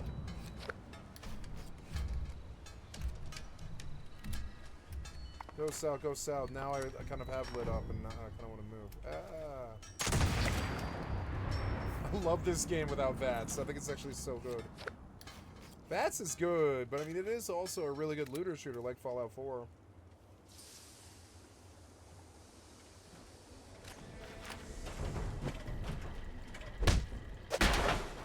You contextual.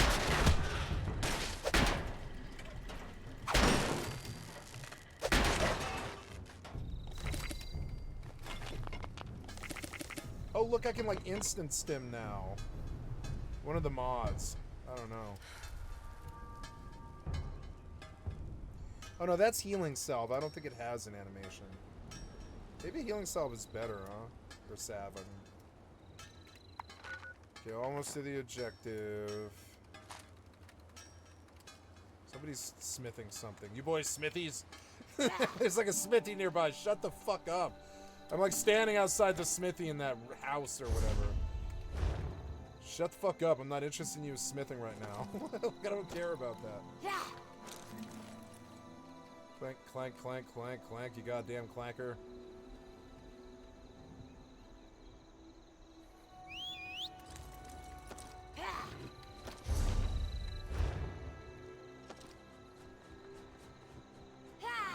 Pun hisser.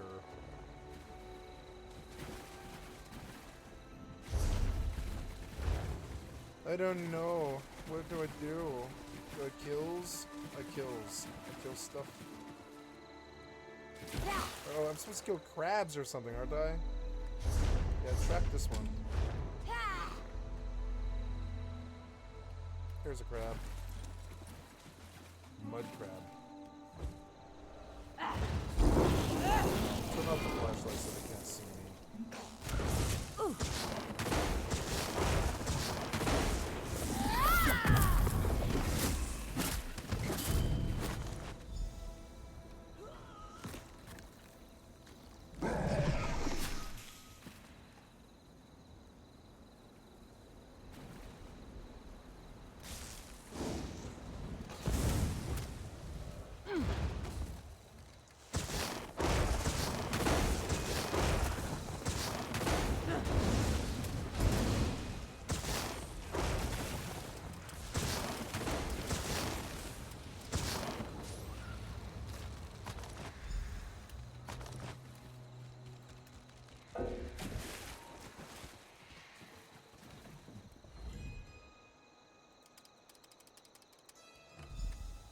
Fertilize the hiss sapling.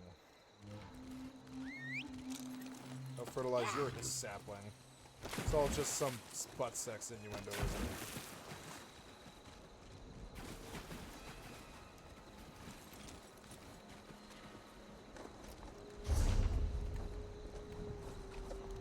I was hoping I would hear, like, player gunfire again, but no, maybe he left.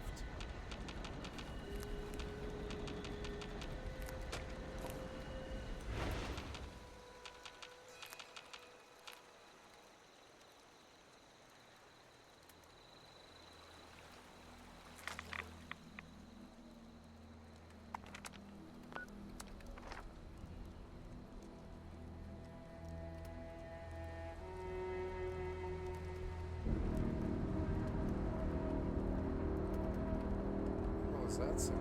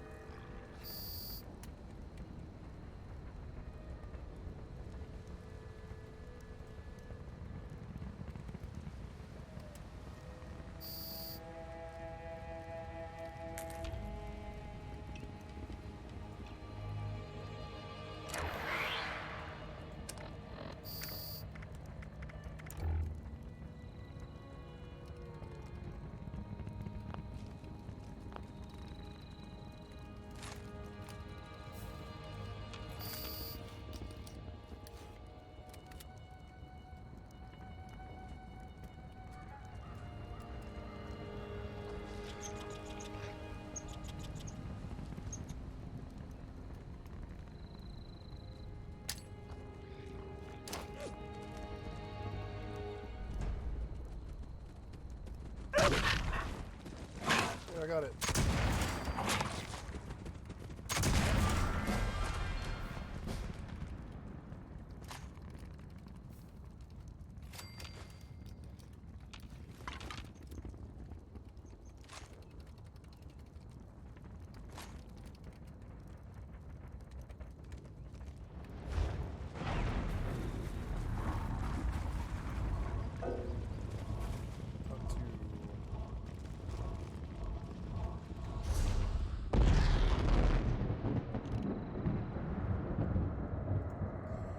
Dolmen pop, did it? Can I get to it quickly? No, I don't think I can swim.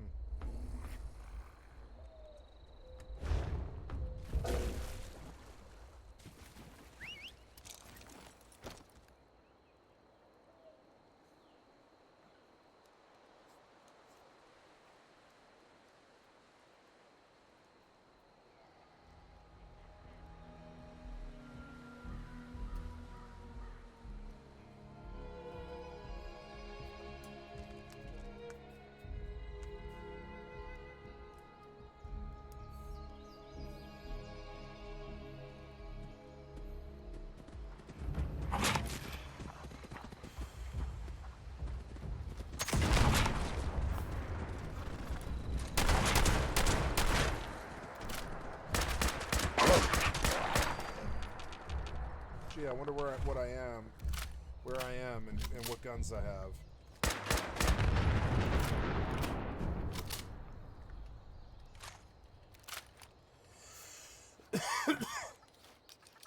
Approach a deck claw and make friends. I suppose I could do. I know where to do that. I don't know. Maybe I could find one. Oh, just mobs. Oh, here's the guy. He might push me. Maybe. Let's see what he's in.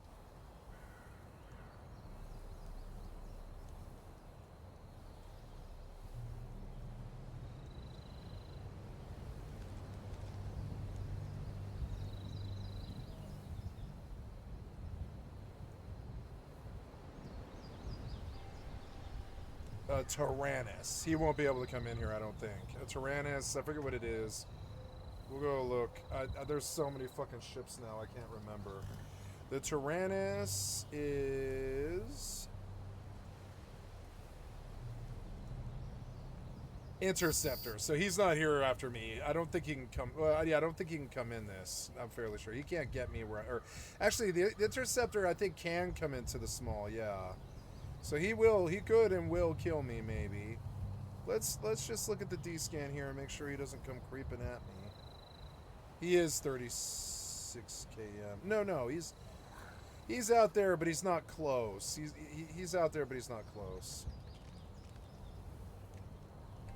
I began to pull drones and leave, but no, I don't think this guy's here for me. I'm going north to Deathclaw Island to go kill a Deathclaw.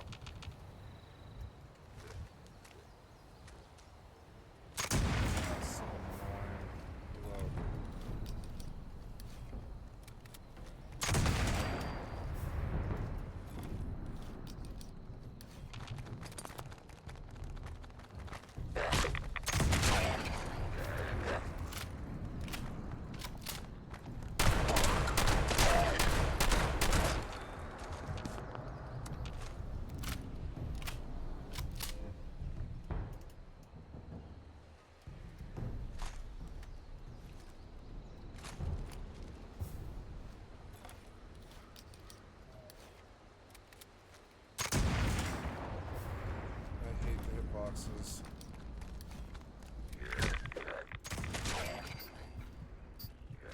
Nope.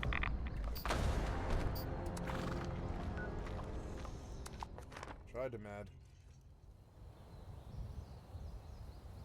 Oh, he left. He didn't want to do that.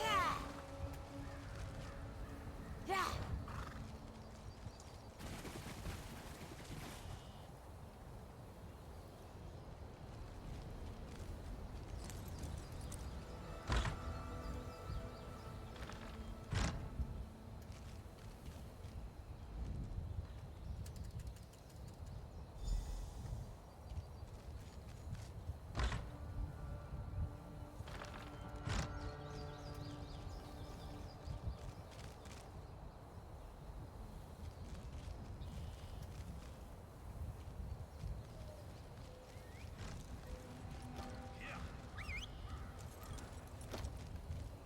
Talk to Burrill in there.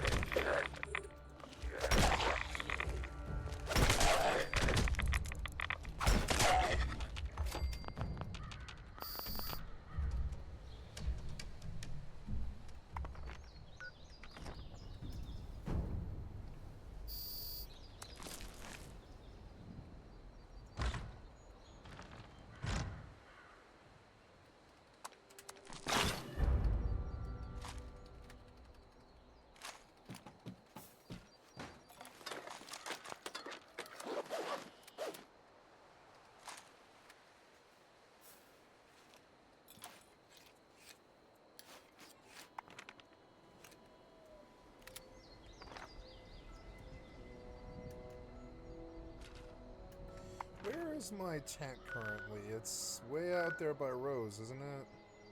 No, I moved it, didn't I? Oh, right. When I thought I might die to that guy, I moved it, which sucks.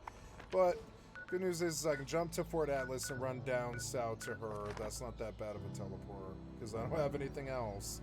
I'd have to walk so far from, like, the mall. Oh, Jesus Christ. Jesus, you fucking freak. Fucking scared the shit out of me. He went reaching, I just pulled the trigger. Like I would in real life. Like I would in real life.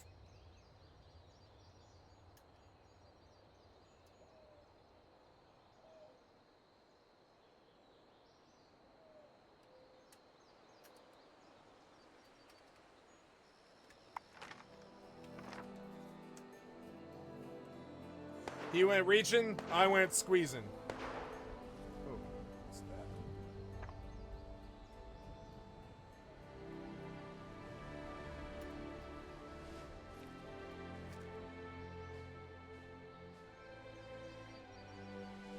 I need a suppressed hunting rifle.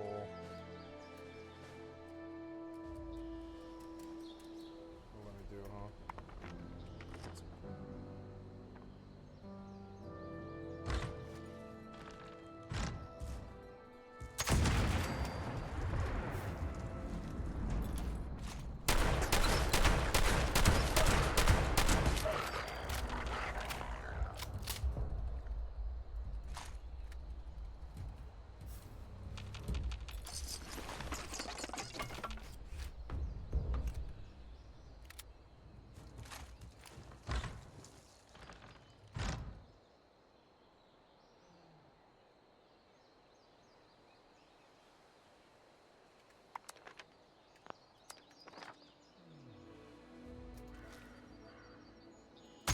Fucking freak me out. I thought you were fucking some kind of player. Jesus Christ, I did not expect to see him out here on this road. I should have. Well, he's gone now.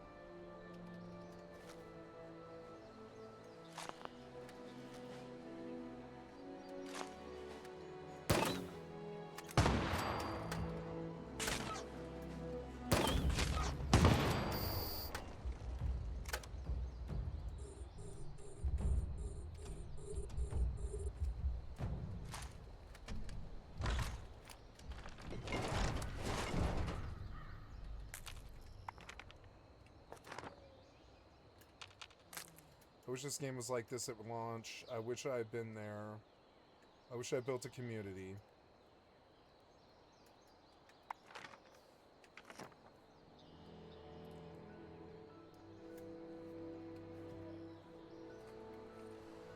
Out here in the middle of nowhere, I probably won't see anybody. I guess I can move my tank because it doesn't really matter. I'm definitely going to need to move it because I came way too far and I need to fight a Deathclaw. And there's a monument between me and the Deathclaw. The hell is that sound?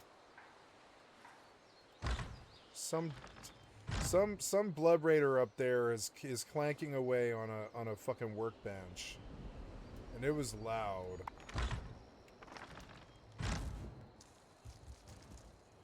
That was like a that's a monument, yeah. Whatever it is.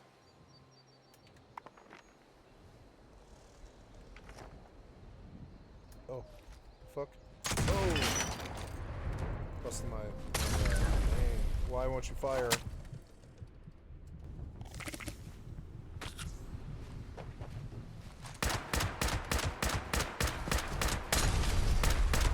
Asshole.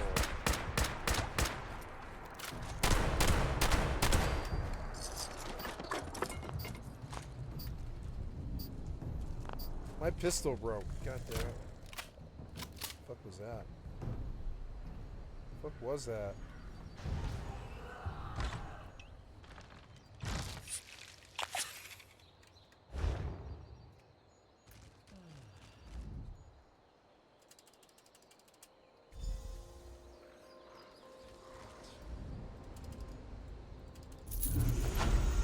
Hey, I got 15. I can weapon swap now. Yay. Okay, we're gonna do a maple restoration staff.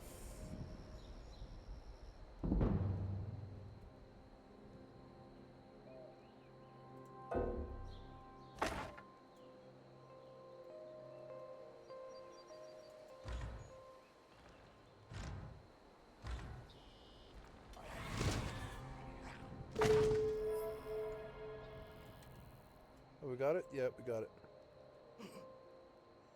Here's this interceptor again.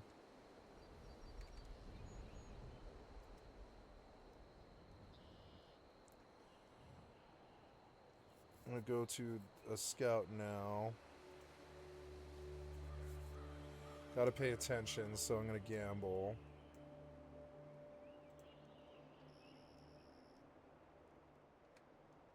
Where am I in the world? Yeah, I need to definitely get down in like a bush or something.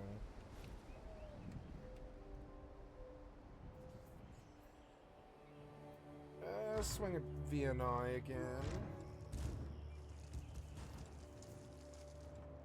Ooh, Korax Navy issue, it's cool. 1, 2, took a swing at that.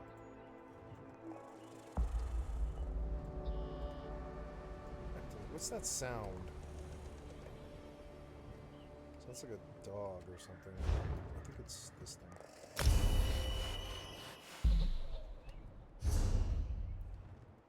Okay.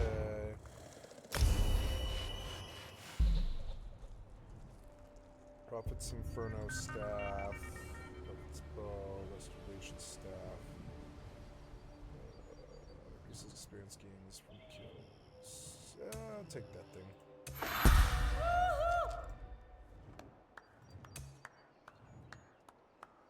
Okay, so now go to.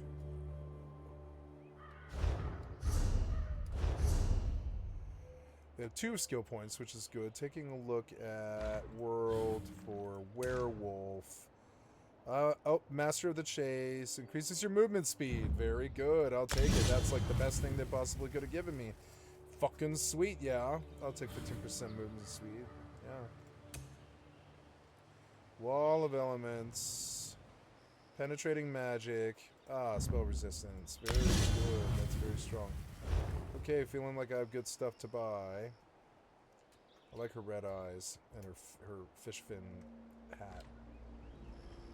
Declaw, make friends. We're going west.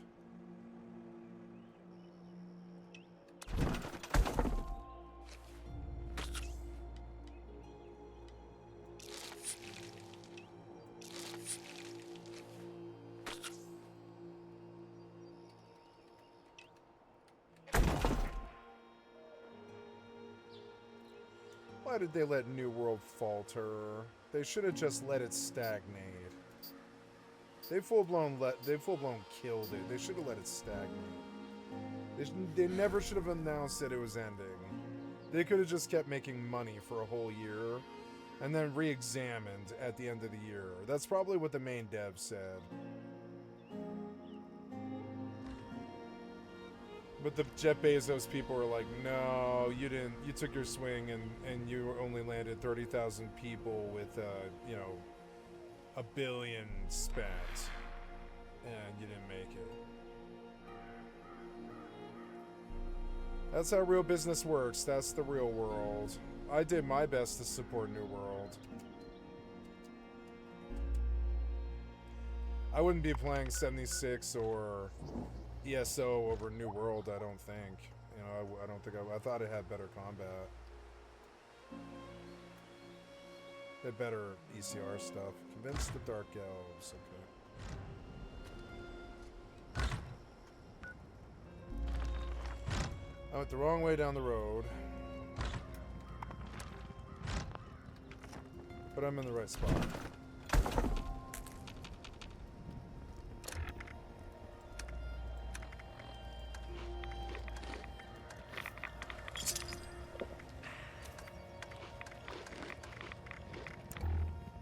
I used up all of his popcorn. I wish there was more of it.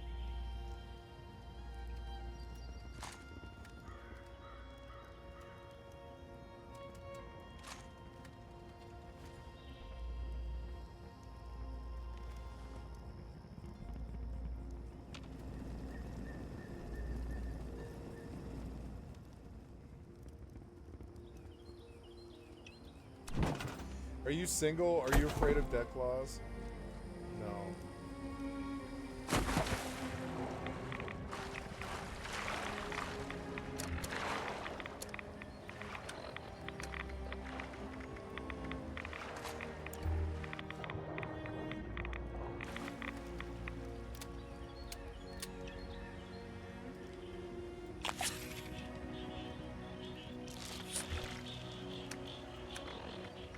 Wish I had a Med-X. Oh good, I do. Med-X, Daddy-O, Berry, antibiotics, Addictol. And yeah, I think that's everything here. Spoiled biofluid, yeah, a little bit. Spoiled biofluid. Still back diluted.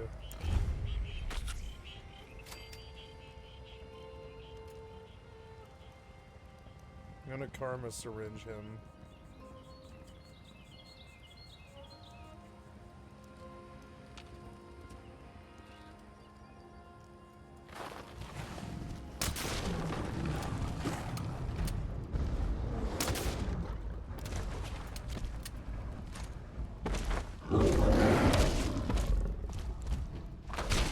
What? I did it.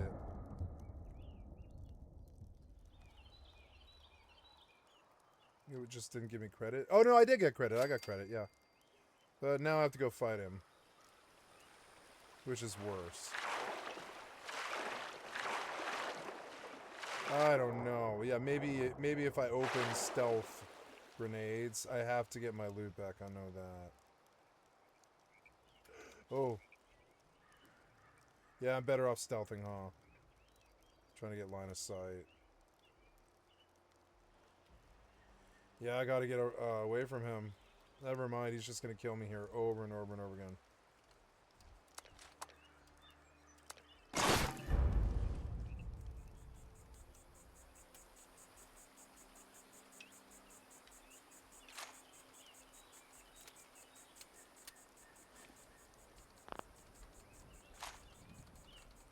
Let's take a shot at him with this. How are all the other weapons? Yeah, I think I want to open with M79 here. The minute he stops moving.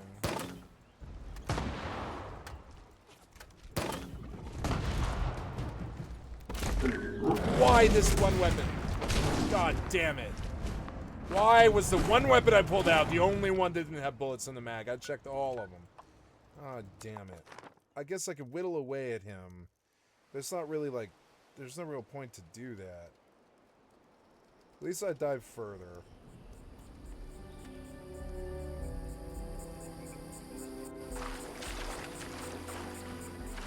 It used to be you swam really fast, but they fixed that.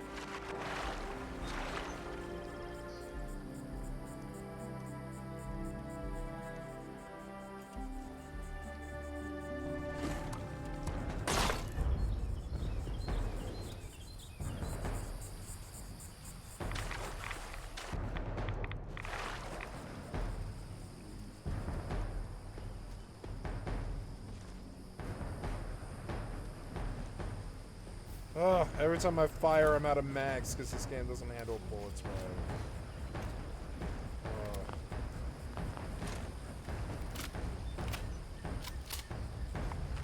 Steal from a super mutant camp. Okay. I want to go home and fix my gun. Bye.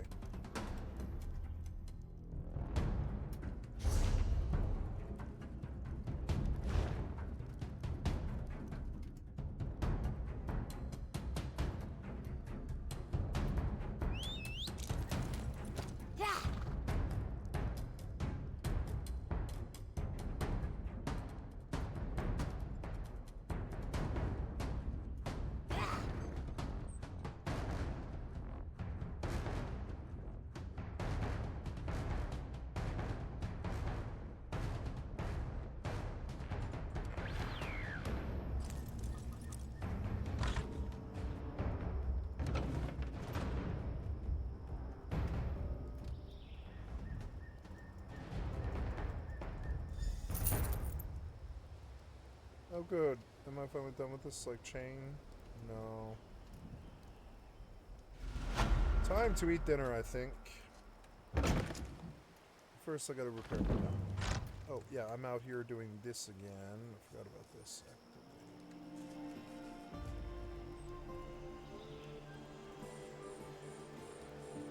I used to have a healthy paranoia of Eve. I don't have that anymore. These things, this game does not scare me like it used to be.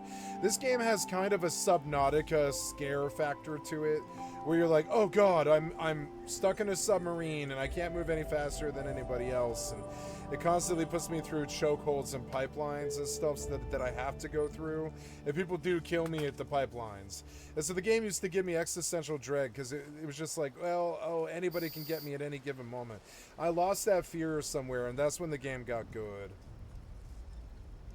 I felt the same way about Mortal, but I wasn't good at the Mortal Kombat, I admit it. I'm good at some combat. I win Fortnite matches and stuff, but I'm not good at that Mortal Kombat for whatever reason. The only reason I was able to play that game was the bow. The bow's good. I like the bow in it. It feels visceral and good, but they don't split the mobs up, and it drives me crazy to try and pull like 3 bandits with a bow. It isn't good enough. My kitty. I love my kitty. She always sitting on my lap having a good old time purring. Yeah, we love this kitty. I just put my hands all over her. We love this kitty so much. You feel me touching kitty? Life affirming love. I love this kitty. I give her all my heart and soul. I love you so much. It's a good kitty. That's a good kitty. That's a good kitty right there. That's a good kitty.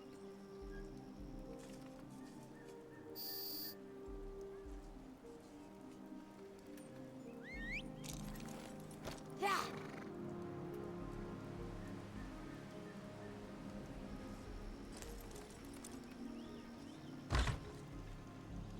Kill.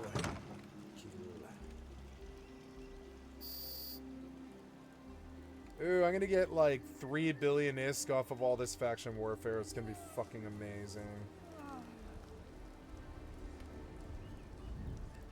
Fucking amazing, kitty. Fucking amazing.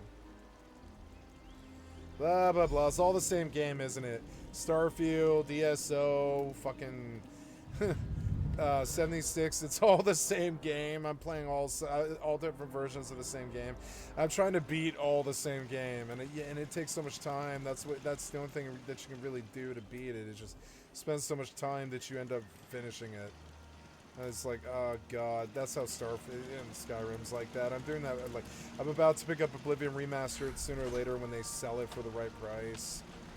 I won't pay $30 to $45 for it. I should play the old Oblivion Remaster, because it at least doesn't have frame rate issues. Or Oblivion, just the old Oblivion. Some dude in the chest right there. Go to Raviel's house. Oh, did I talk to this guy? I guess I did, huh? I love that the local's been dead all day. I actually really value that. Let's see how well I'm doing in the system. Caldari is flipping this system. It's at 78%. That's because of me. I put a lot of work here.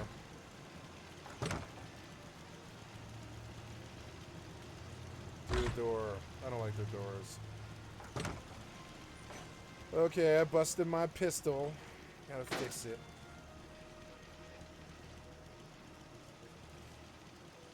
I want. Wasn't there another mod on Nexus called like Nexus mods? Nexus Fallout 76. Quiet. Right. Quiet. Camp Silent. Camp Silent is the one that works, I think, actually. So I want you to install this. I want you to log out since I'm in a safe place. Well, quote unquote safe.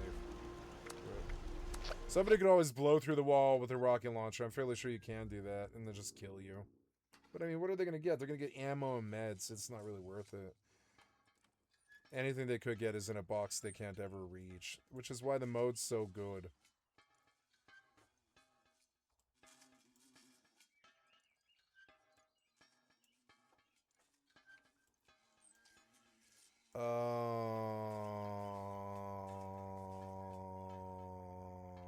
So, I am installing Camp Silent. Manual download includes new and previously missed items.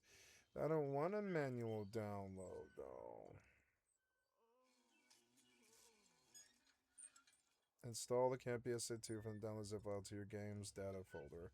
We could do that. I'm going to go do this because I really want this. Vortex can't handle this. Aww. Okay, so we go into Camp Silence.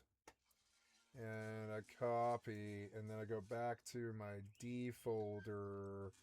We figured out today that Fallout 76 is in my Windows apps folder. I think that's it, isn't it? Yeah, I think that is it. Yeah.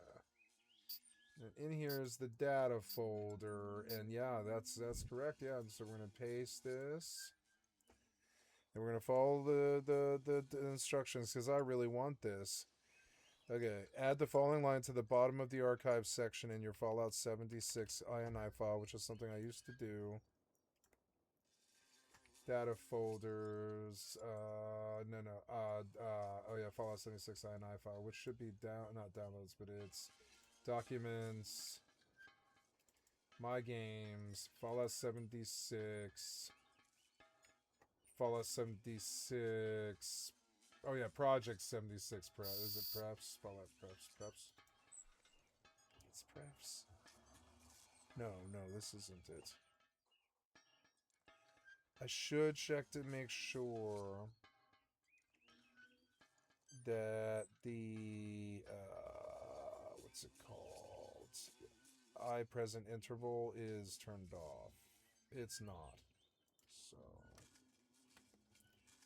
file, save, close. This wasn't what I was looking for, though. I'm looking for Fallout 76 custom. Yeah, I think this is it. Silent Camp BA2. This is Camp Silent. So comma paste.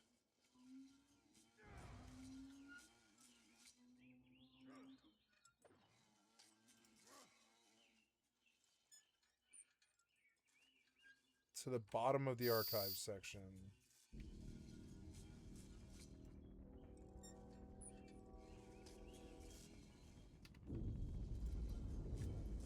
Okay, that's what I did.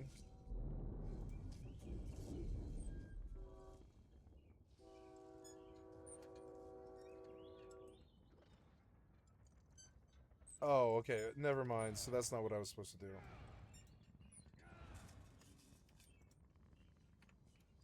Okay, we're gonna pray this works because I really want this mod to work. I really do.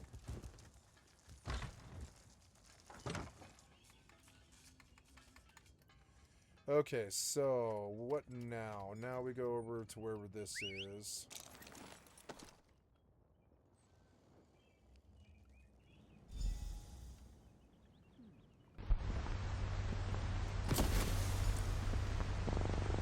Gotta kill Fed, Incursion, Incursus.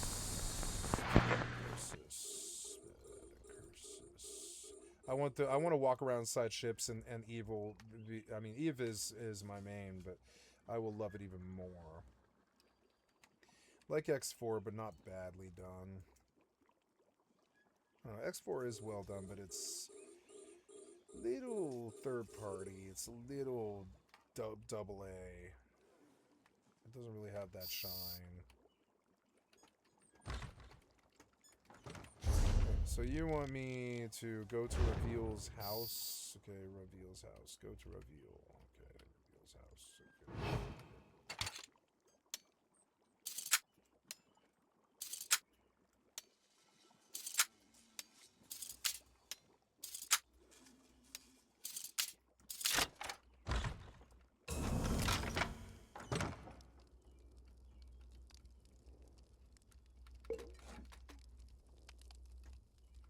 Steal up the place.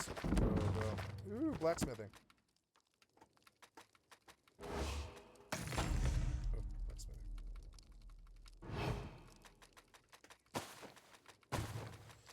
It's such a good game in some ways because you can just like you can like be a thief. You can be a professional thief that makes all your money off stealing. And it does have like a kind of a cool RP roleplay to it. And I did like that element of the game quite a lot. Go to Reveal's house. I'm in Reveal's house. What do you want me to do? So what was I supposed to do? I don't follow.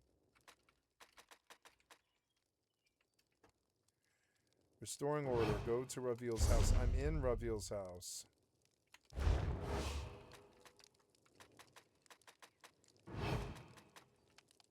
I got everything in here. Oh, completed. Go to follow Reveal Urano from a distance. There he is. Let's follow him. Leave Reveal's house. Failed. You let Reveal out of your sight. Damn it. Leave Reveal's house. Sorry. Leave Reveal's. Go to Reveal's house. Okay. Go to Reveal's house. Okay.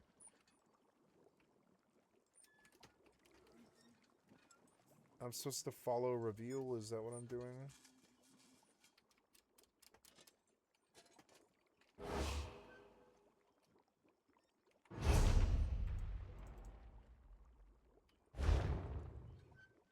Don't like this mission. But then I never do. I never do like these missions. They're so annoying.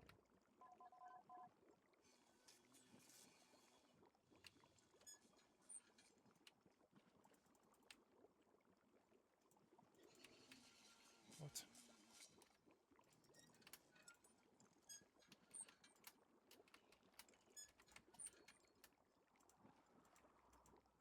I think my screen's messed up. There. Oops, no. I'm not target.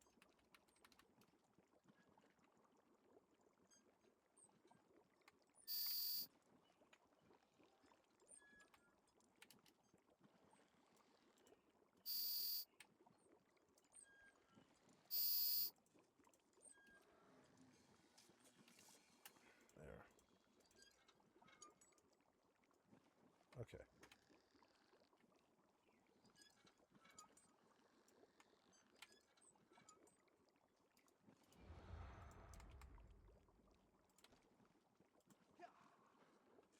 I think I'll put militia chat up. That is something I can't expose the world to.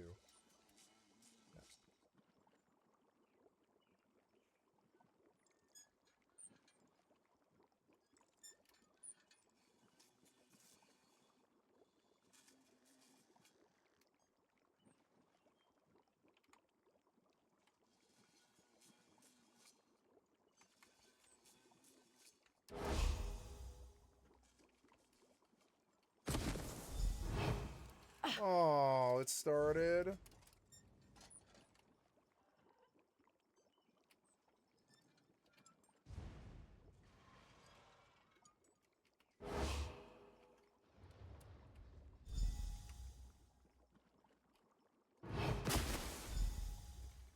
Oh.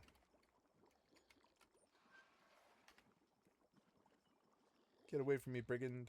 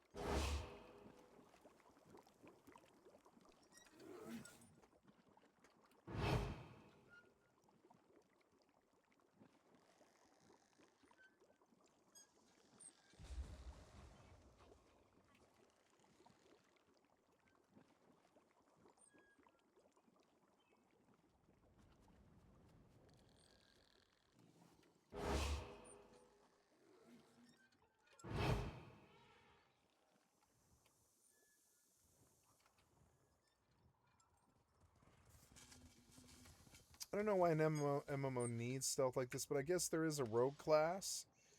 And the rogue class might be really fun, actually. It has a whole chart for itself, and it does one-shot mobs.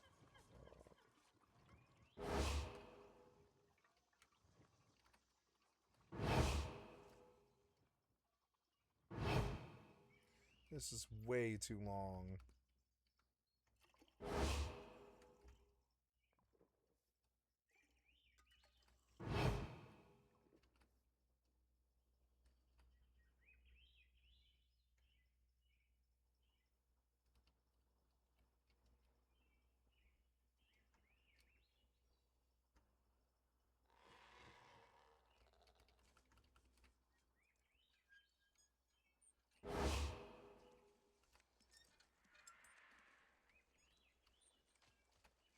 Drinks with crabs? Oh my god.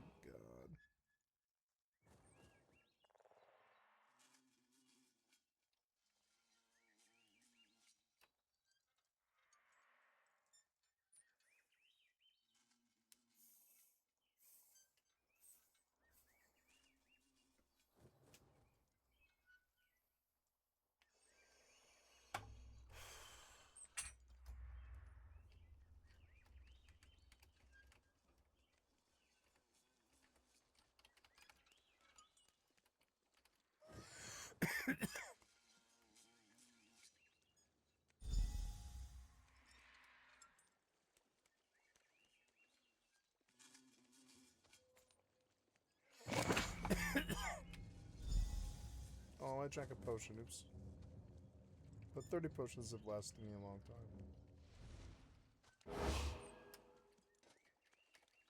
Oh!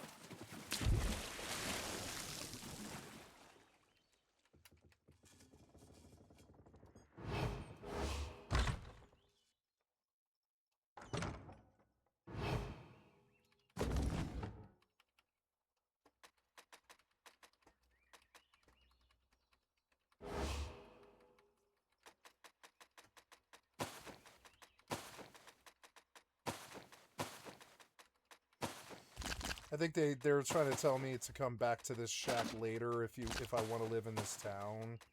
If I want this to be like the town that I roleplay live in for the rest of my Elder Scrolls life or whatever. Everyone's got a town that they settle in. For me, it was Davin's Watch. Because that's where the most sociality was on PlayStation. Ooh, that was a lot of weapons. Maybe some of it's good. Nice.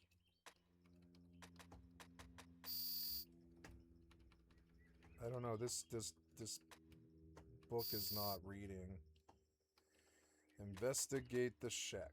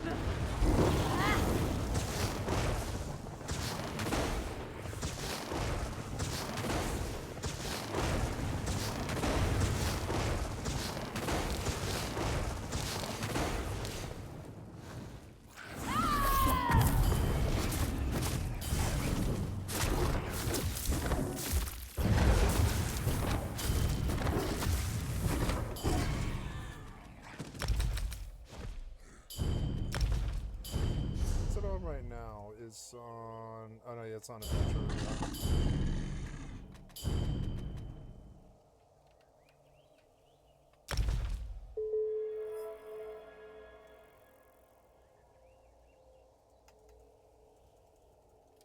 Did we get it?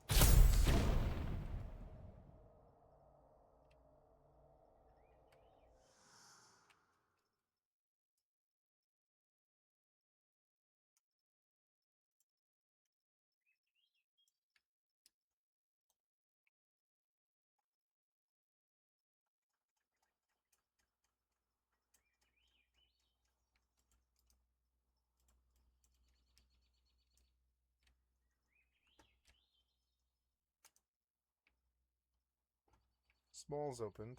It's good.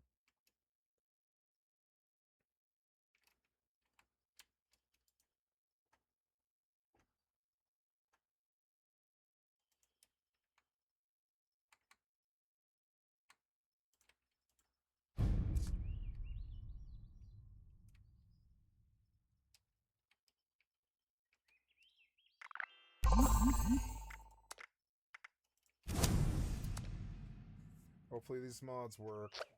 Ugh. The fucking sound of the turrets is so annoying.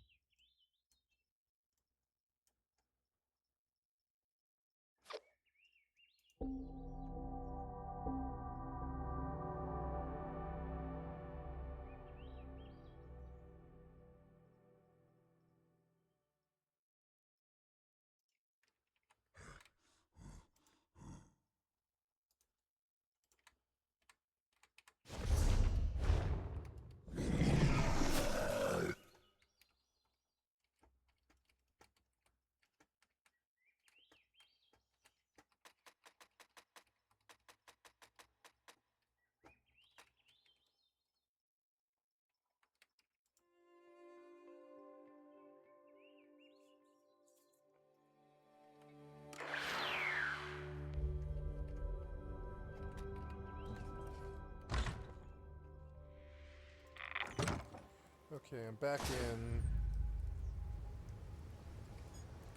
I'm praying that I don't hear camp stuff. Please. Please. It's loading. Nope, I hear them. You can't ever get rid of the fucking sound.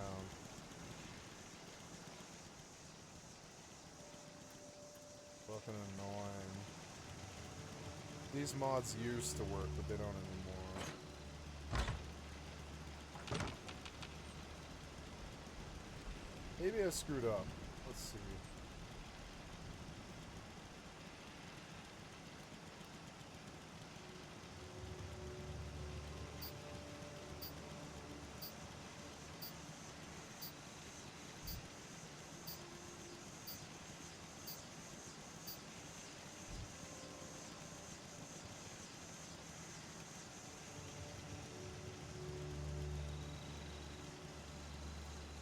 I don't think you can get the game to run a custom. It's kind of weird.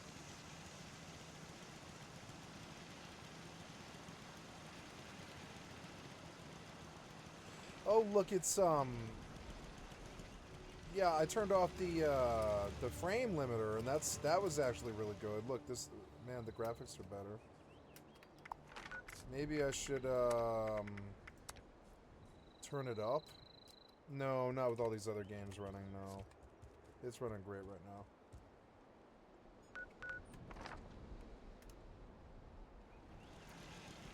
Fucking annoying, the fucking turrets, man. Because your camp is too loud. I think I'm gonna kill the turrets. As dumb as this is. I don't think I want the turrets. If I do, I'll put them up way higher, like way up there. But they don't bother me.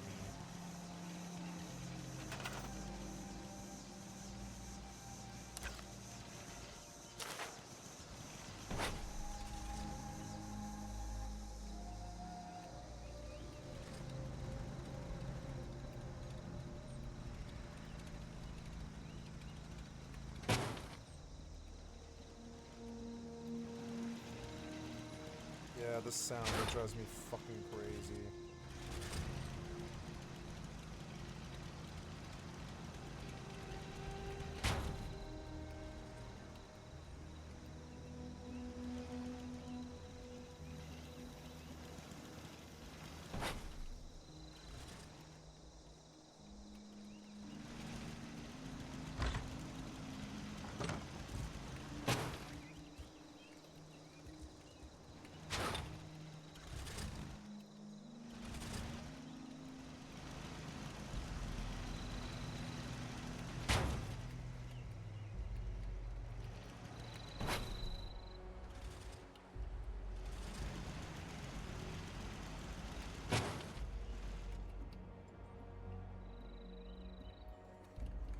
Should cook something. It's 9:30. Throw some sausages in a pan.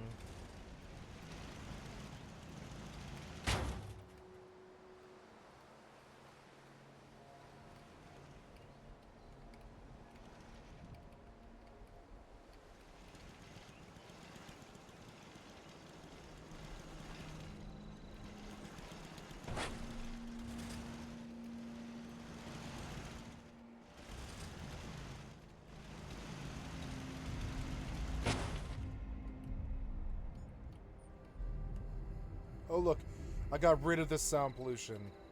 I'm a genius. I don't know why I didn't do this earlier. Oh, it's fucking quiet. It's quiet. Oh, no, wait, there's one I missed.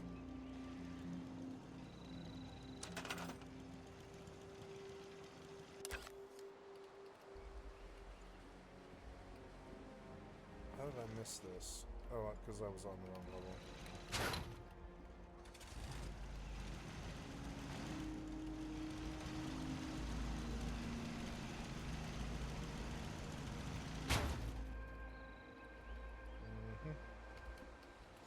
I don't know if those things can hit anything.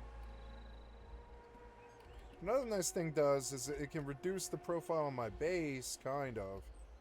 Yeah, like, I don't, need anything. Like, I guess I need this little walkway right here, but that's it. Or, I don't know, like, yeah, I don't need to be out on the side of this base, so I want to store... I want to scrap. Store scrap. Store scrap. Store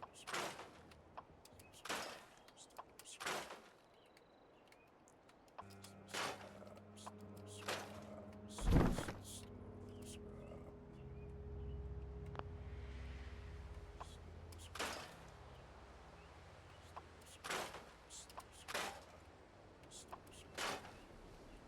There we go. Got a little walkway right there that if I need. That gives me a little bit more room in the budget to like do stuff inside. I could always go up a story. There's nothing really stopping me. I could put a set of stairs here. Go up to the roof and expand further. Ah, blessed silence. The sounds of the turrets. They annoy me so much. I don't think about them very much, but that's the problem. When you don't think about them, you stop thinking about how annoying they are. So yeah, this is good.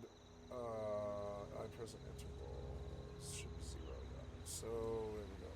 And yeah, and it is. Look, this is like, it's not capping the frame rate anymore, which is super good. Okay, so good. I couldn't get this to run though. I don't know what its problem is. It's probably that I'm on the Xbox thing. Probably. Search reveal Urano's house.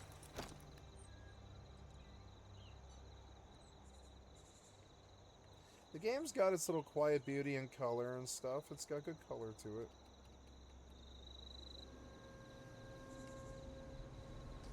I find it hard to engage. I used to care about this game a lot more than I do now.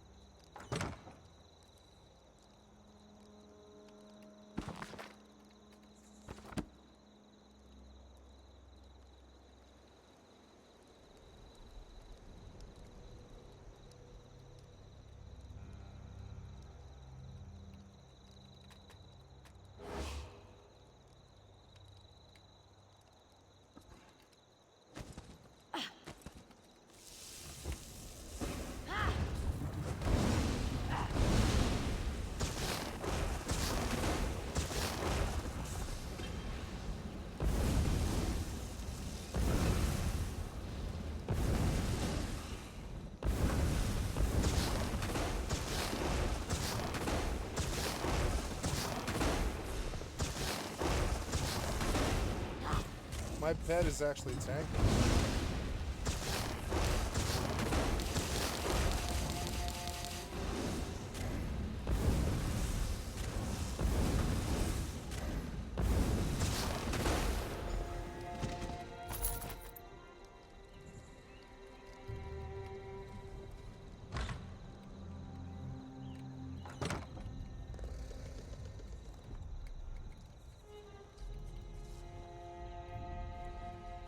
Blessed silence.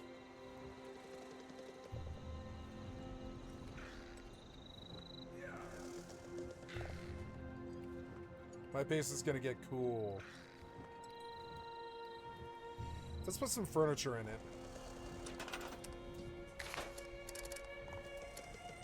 Appliances. Let's do filter. No. What do we have? What do we have? We have a barbecue here, but that's just a grill. I don't know if that's an actual, like, is that a cooking station? I don't think it is. I think it's just a barbecue.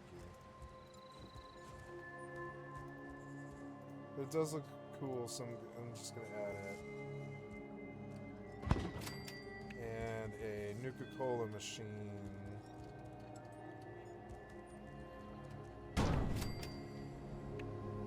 Beds. I have a double canopy bed. Oh, I have a fancier bed now. This metal bed, huh? Oh yeah, cool. Yeah, so get rid of this piece of shit that I would never sleep in. Well, I would, but depending on the situation, I would sleep on it. But not when I had this other bed. I'd be like, I would never sleep on that bed if I had this bed.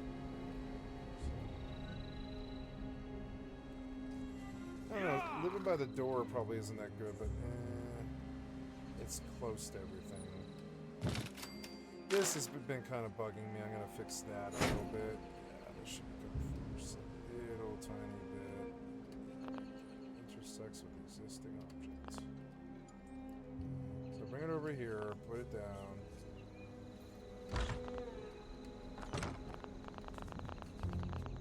Put this down somewhere. Now move it back over.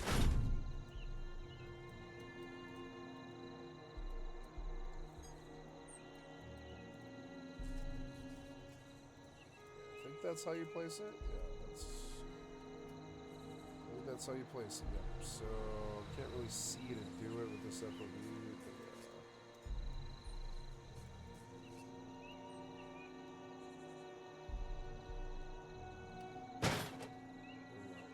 Better. Yes, that was better. This guy is out, and it could be way, way over. Like that. No, that doesn't look right. Get it on the floor.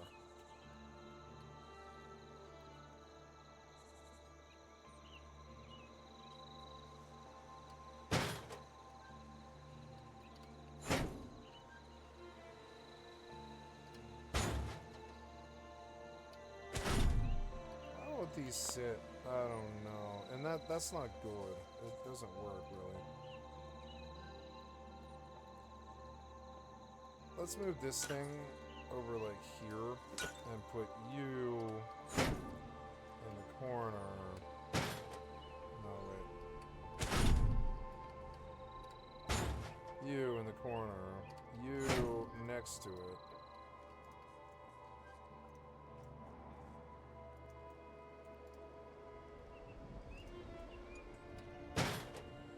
Good. Then you should just go on the floor.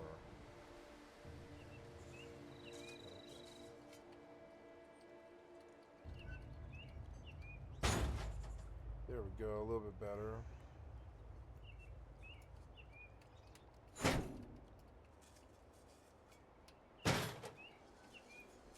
Nope.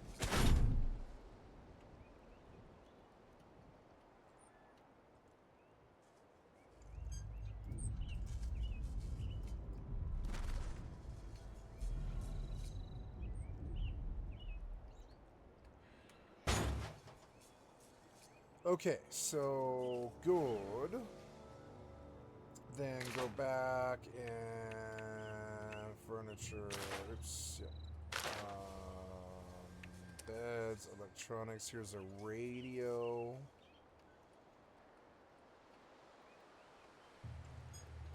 Or I don't know. Maybe it might be better to have the radio like on the grill. Maybe use the grill as a stand for it. No, or yeah, will you let me do that? Yeah.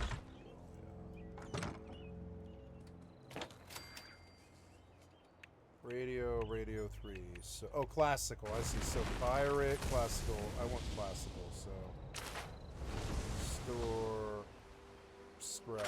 Wait, what was that sound? Oh yeah. Talk to. Oh, Dre. I had to kill some guy. He's like, you killed some guy? Yeah, I had to kill some guy. Sorry. Okay.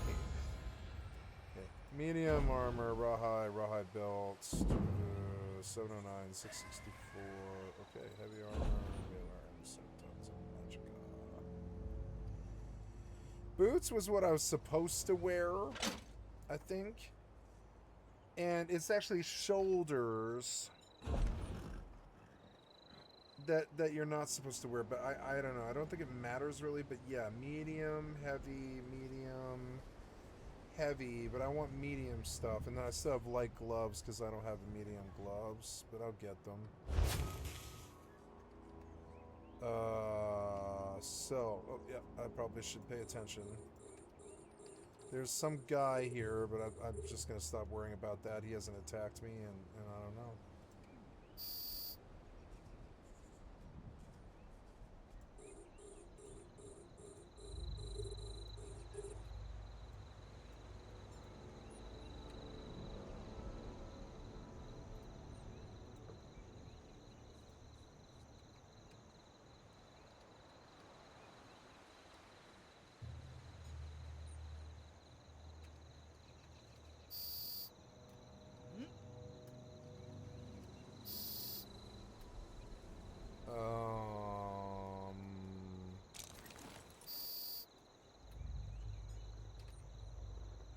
Sings with frogs. That's cute. Cute little Argonian lady. So, sort of value. Manhandle 1025. Oh yeah, I got this new staff and I forgot about that. Oh, did he come in? No, he didn't come in. So, new staff. Prisoner's Inferno staff. Then we switched to 2 and we put Maple Restoration staff.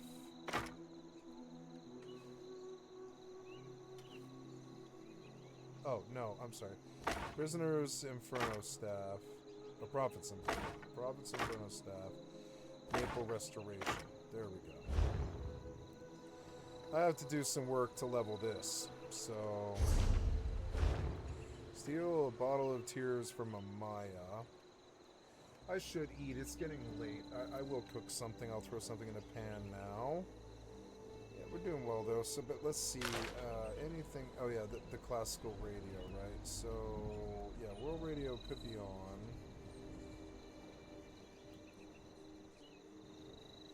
Since the barbecue is defunct, we'll use it as a radio stand.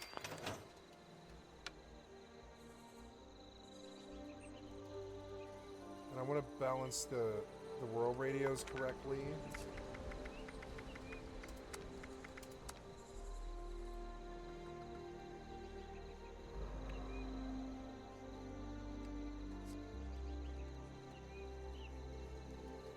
So, I don't know where I'm going. Steal a bottle of tears from Amaya over there. Oh, ask bar patrons about distracting the bartender. But I don't know where it is you want me to do this at.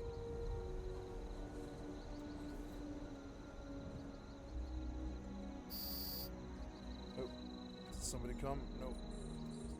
Oh good, that guy passed through. Oh no, I don't know, he's still here now. Let's D-scan. He's not where I can see him, so I'm not worried. He's not hunting me.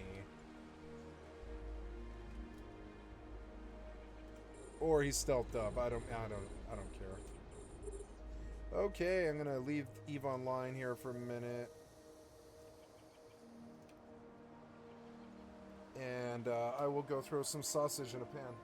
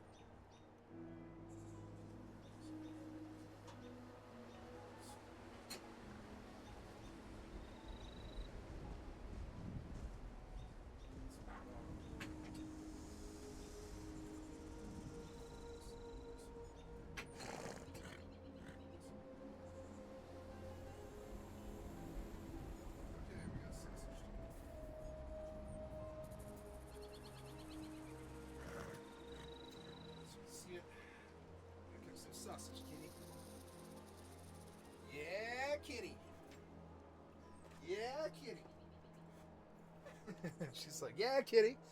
And I'm like, yeah, kitty.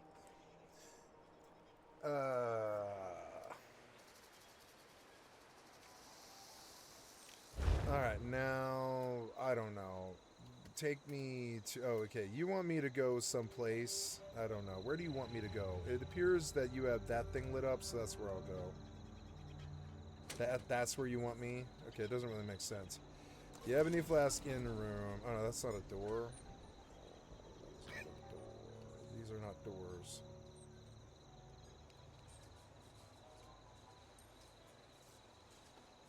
Yeah, you can't really hear the world radio, but it is cool. I like the effect.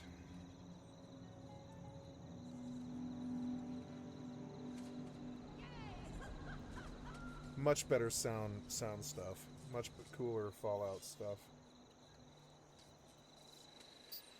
Alright. I can't wait for like a new online Fallout experience. I wonder if they're gonna do that. I wonder if they're like working on it already, because that would be cool. Steal from a super mutant camp.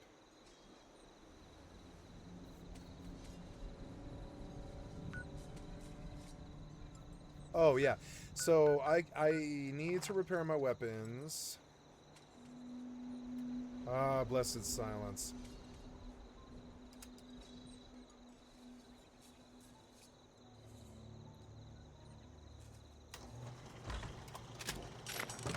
Oh, I need to buy caps. I need suppressor, damn it. Speed of receiver, close. I need suppressor though. Rose's Syringer grants target plus 25 DR and 50% damage for 30 seconds. Otherwise, target has 100 DR and 50% damage for 60 seconds. So, yeah, then that's like, it is a boss killer weapon, so... Fallout 76, does Rose's Syringer work on all bosses? Is it actually like the best weapon in the game?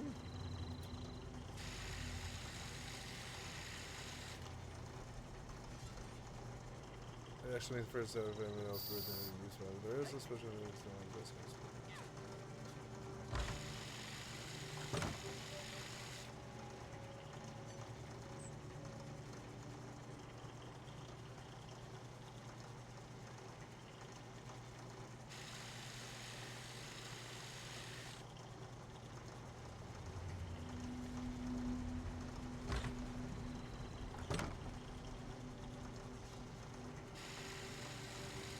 Oh, that's how they do that?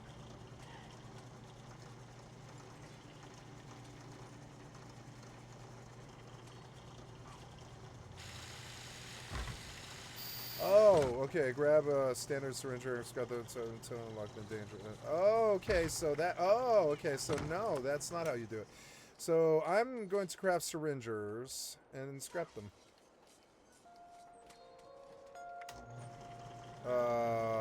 Steal a bottle of tears from my. This is the ebony flask. Okay.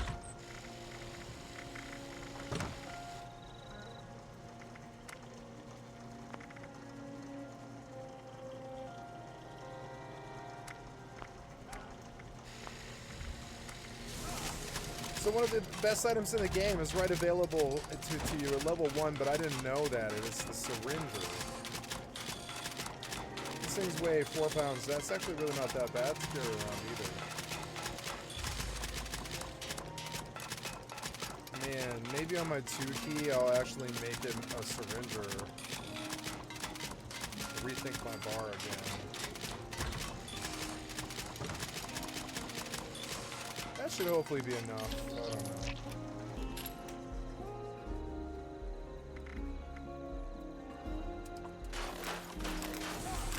Medium. Yeah, there it is, in danger all. So I'll just keep going, but I think that's the only free you can get. Oh, cool. You can, like, snipe. Yeah, give me a cool snipe, long scope on it.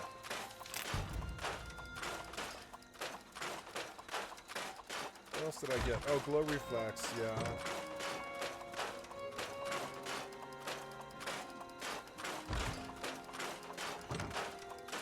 Recoil compensating stock. Yeah. Okay, well, craft some more.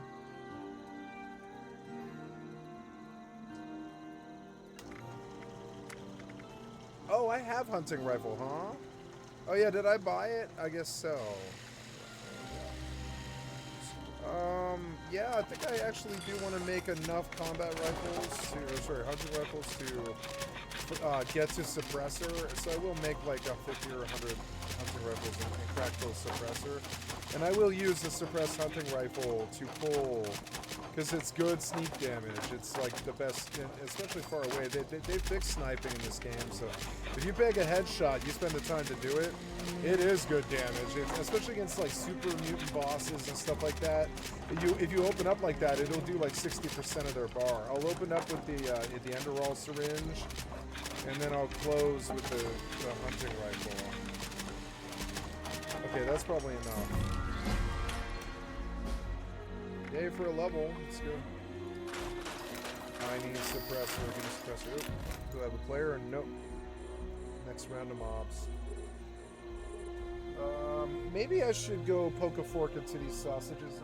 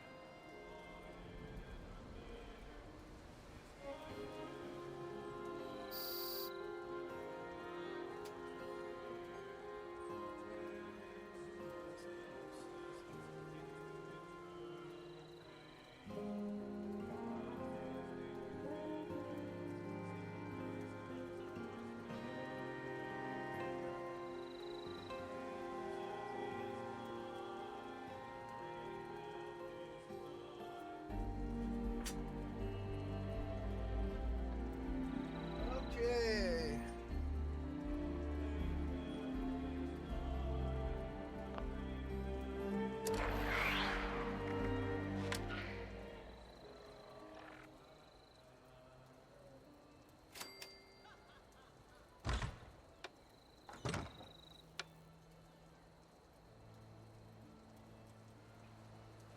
Oh no, it's somebody singing in the inn.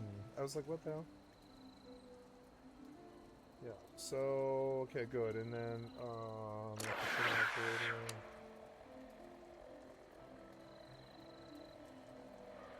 the dude's so good on all the games. Those bratwursts are starting to smell real good. They're gonna pan fry up pretty good. I don't have to pay attention. Steal a bottle of tears from a Maya. This isn't it? Oh, ask bar patrons about distracting the bartender, but I don't know.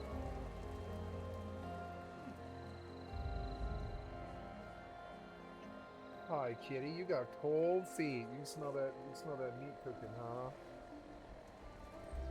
Hi, kitty. I love you.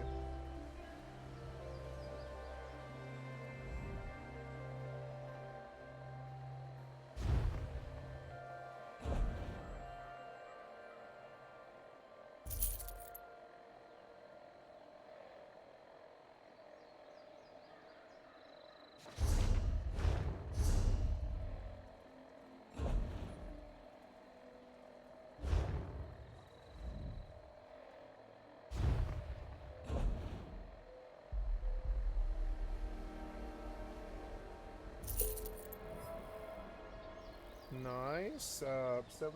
7,500 LP. I'm at 722 on her. There really is like 3 billion ISK. It's fucking awesome.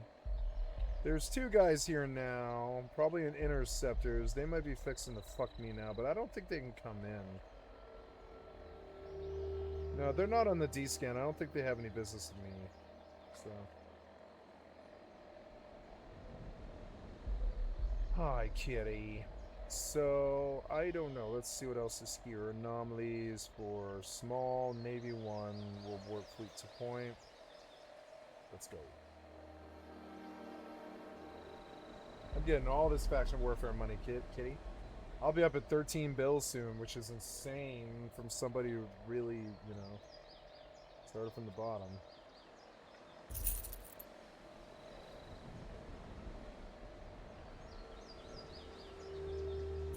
I think I want to wear heavy. I don't care.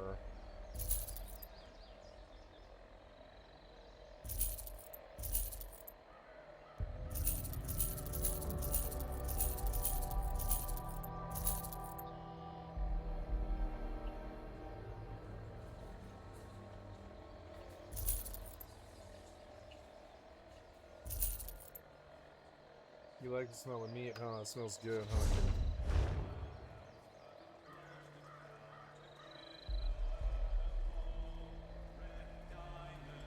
Red diamond. What do I do? You're not being very clear about it.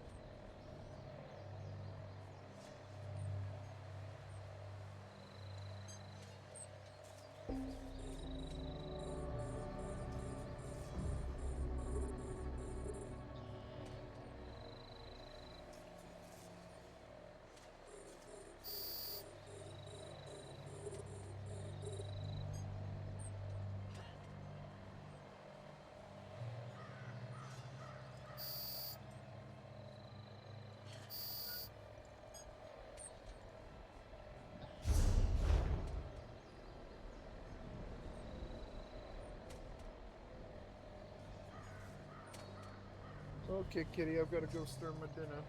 Put you on this. Oh, sorry, kitty. That was useful. Oh, well.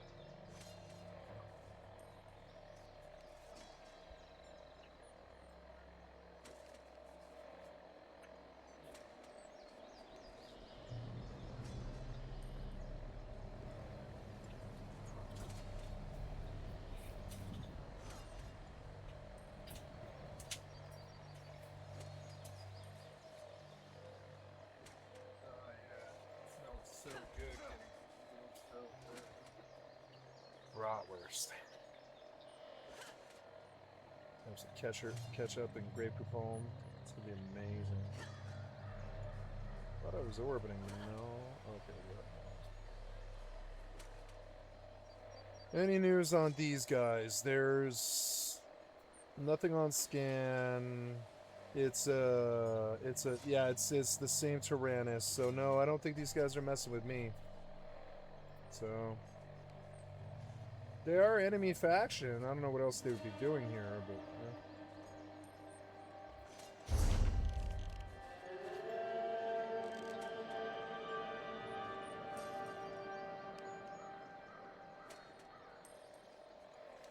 okay, so I have to go teleport, I guess? I do, yeah? Alright.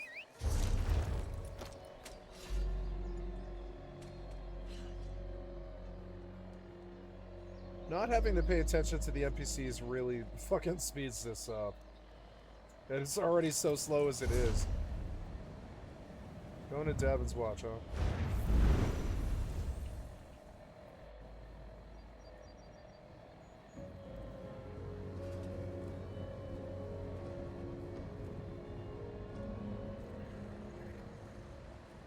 Doesn't that smell good, kid? He's like, yes, it smells too much.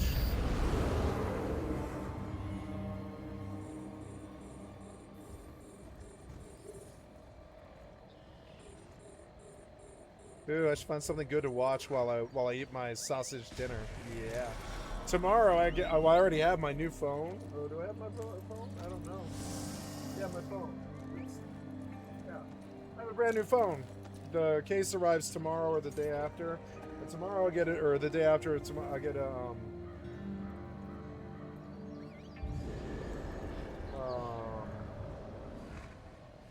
tomorrow I get a new iWatch too, which is insane.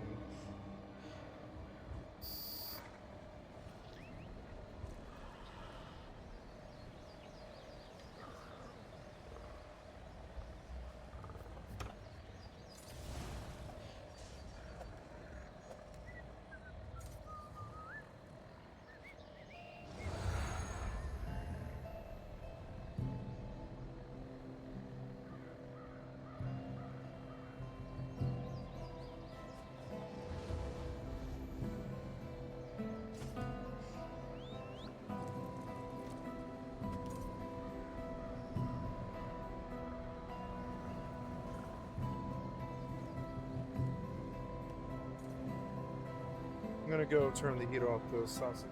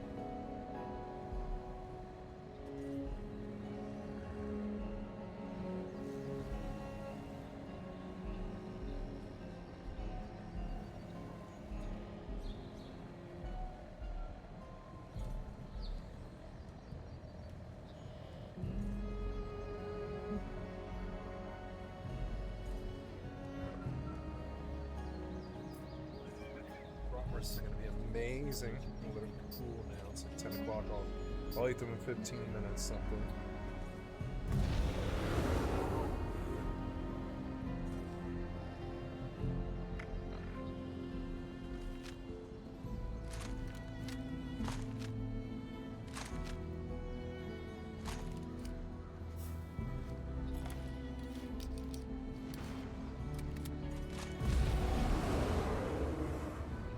Oh yeah, so trying to get suppressor.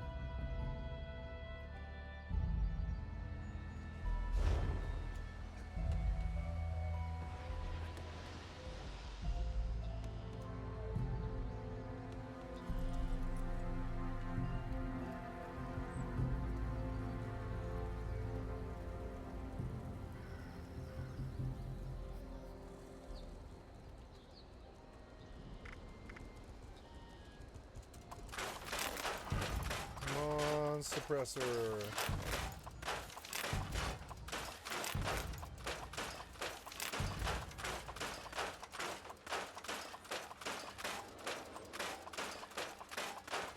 Maybe I have them all now.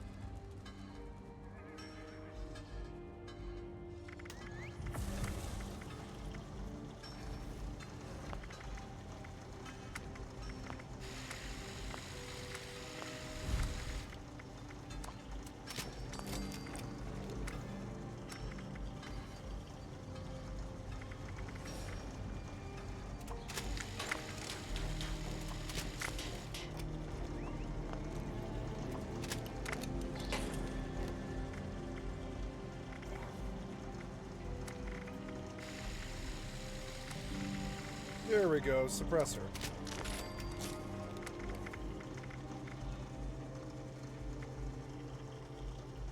Long scope, suppressor.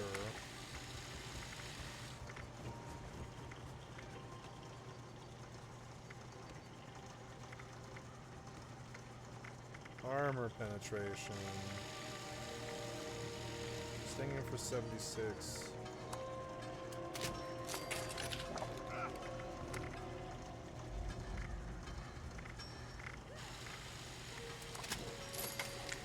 That'll look like a real sniper rifle.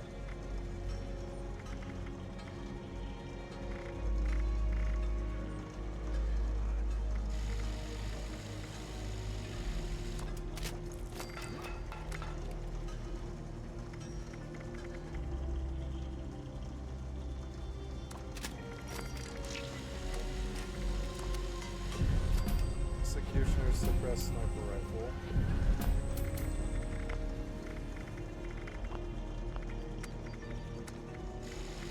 Dangerous syringe barrel.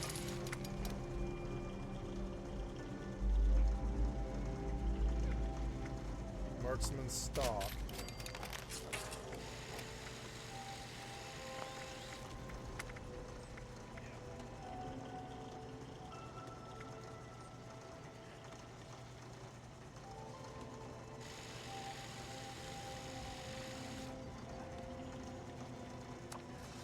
Put a long scope on this one too.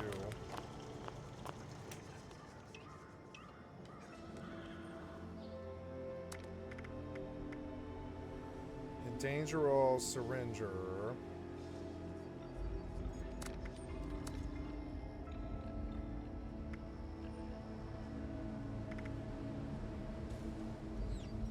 Blunderbuss. Quad. I don't think I want the tactical rifle over another powder rifle. I think I'll take a powder rifle.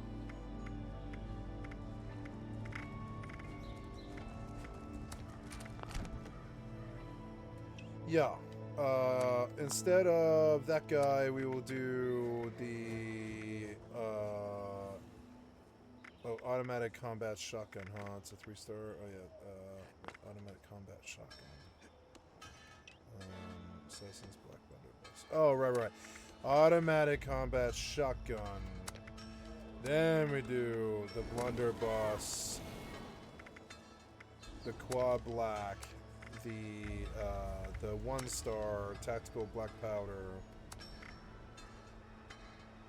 7 should be my M79. Oh yeah, it is. Yeah, and then 10mm sub suppressed sniper rifle. I need something automatic. Although I don't know, I don't really need the automatic. Not really. When none of my mags are loaded, it's not so good, but I do have enough suppression here.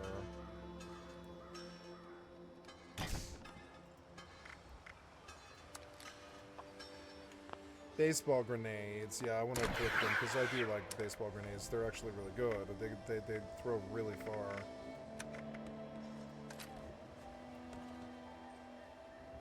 Yeah. Then I put the combat rifle. Yeah, it's. I don't like the combat rifle. It's not good enough in this game. Put it away. This thing uses 308. I gotta drop 45 for 308. 45. I have 308, but yeah, and then 50 caliber balls. So put 50 of them away. 10mm for the submachine gun, 40mm shotgun, and syringer ammo. Good. Now 224 out of 205. Probably because of those things. I think I want to drop that trail warden because I don't know why, but it won't let me break it. Yeah, drop this thing. It's a weird item. Wait, I've leveled up 5 times? Ballistic weapon ammo is way less. Oh yeah, block 15% more damage. Yeah, because it's like a harder mode. Hi, kitty. About to have my dinner. Oh, I should find something good to watch. Kill this thing. Let's find something good to watch. Give me something good. Give me something good.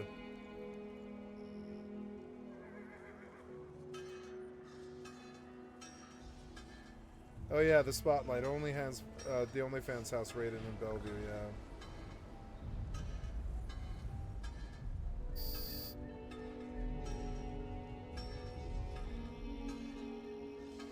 EverQuest Legends Beta.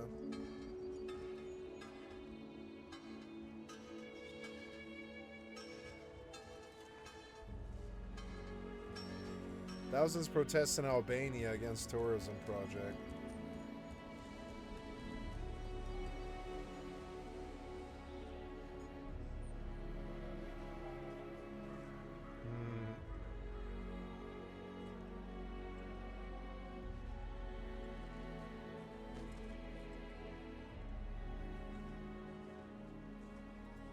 Oh no. Yes, I'm serious. Here's a good video. I'll be right back.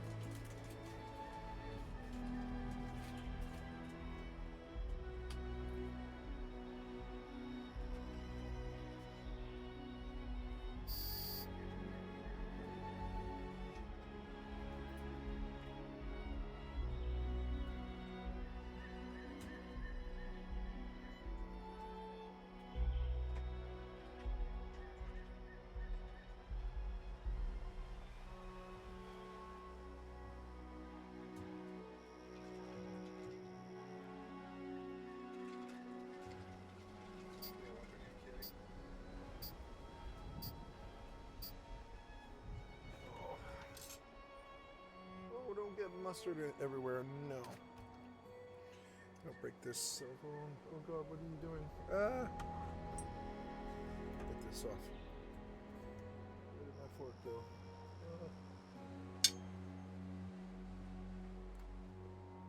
Okay. Yes. You see the tiredness in my eyes? You see the sleep depravity in my eyes? I've been thinking about this for the past 2 weeks. This has agitated me to a degree that I can't even fathom. I am so angry. The rage boiling inside of my chest is something that cannot possibly be just understood about what's happening here. So I'm gonna set the stage for you. I'm gonna set the scene. Obviously, let's just start. Let's do this like a story. I was sitting in my household, deliciously just minding my black business. I was buttery on my bed, just being all cocoa buttered up, and I was sitting like a rotisserie chicken, turning around, going left and right, to and fro, when I receive a call from a man that is labeled sperm donor in my phone. Oh, my father. The man whose vast deference I lived inside of. I was in his vast testicles. I was inside of his balls. I was down there.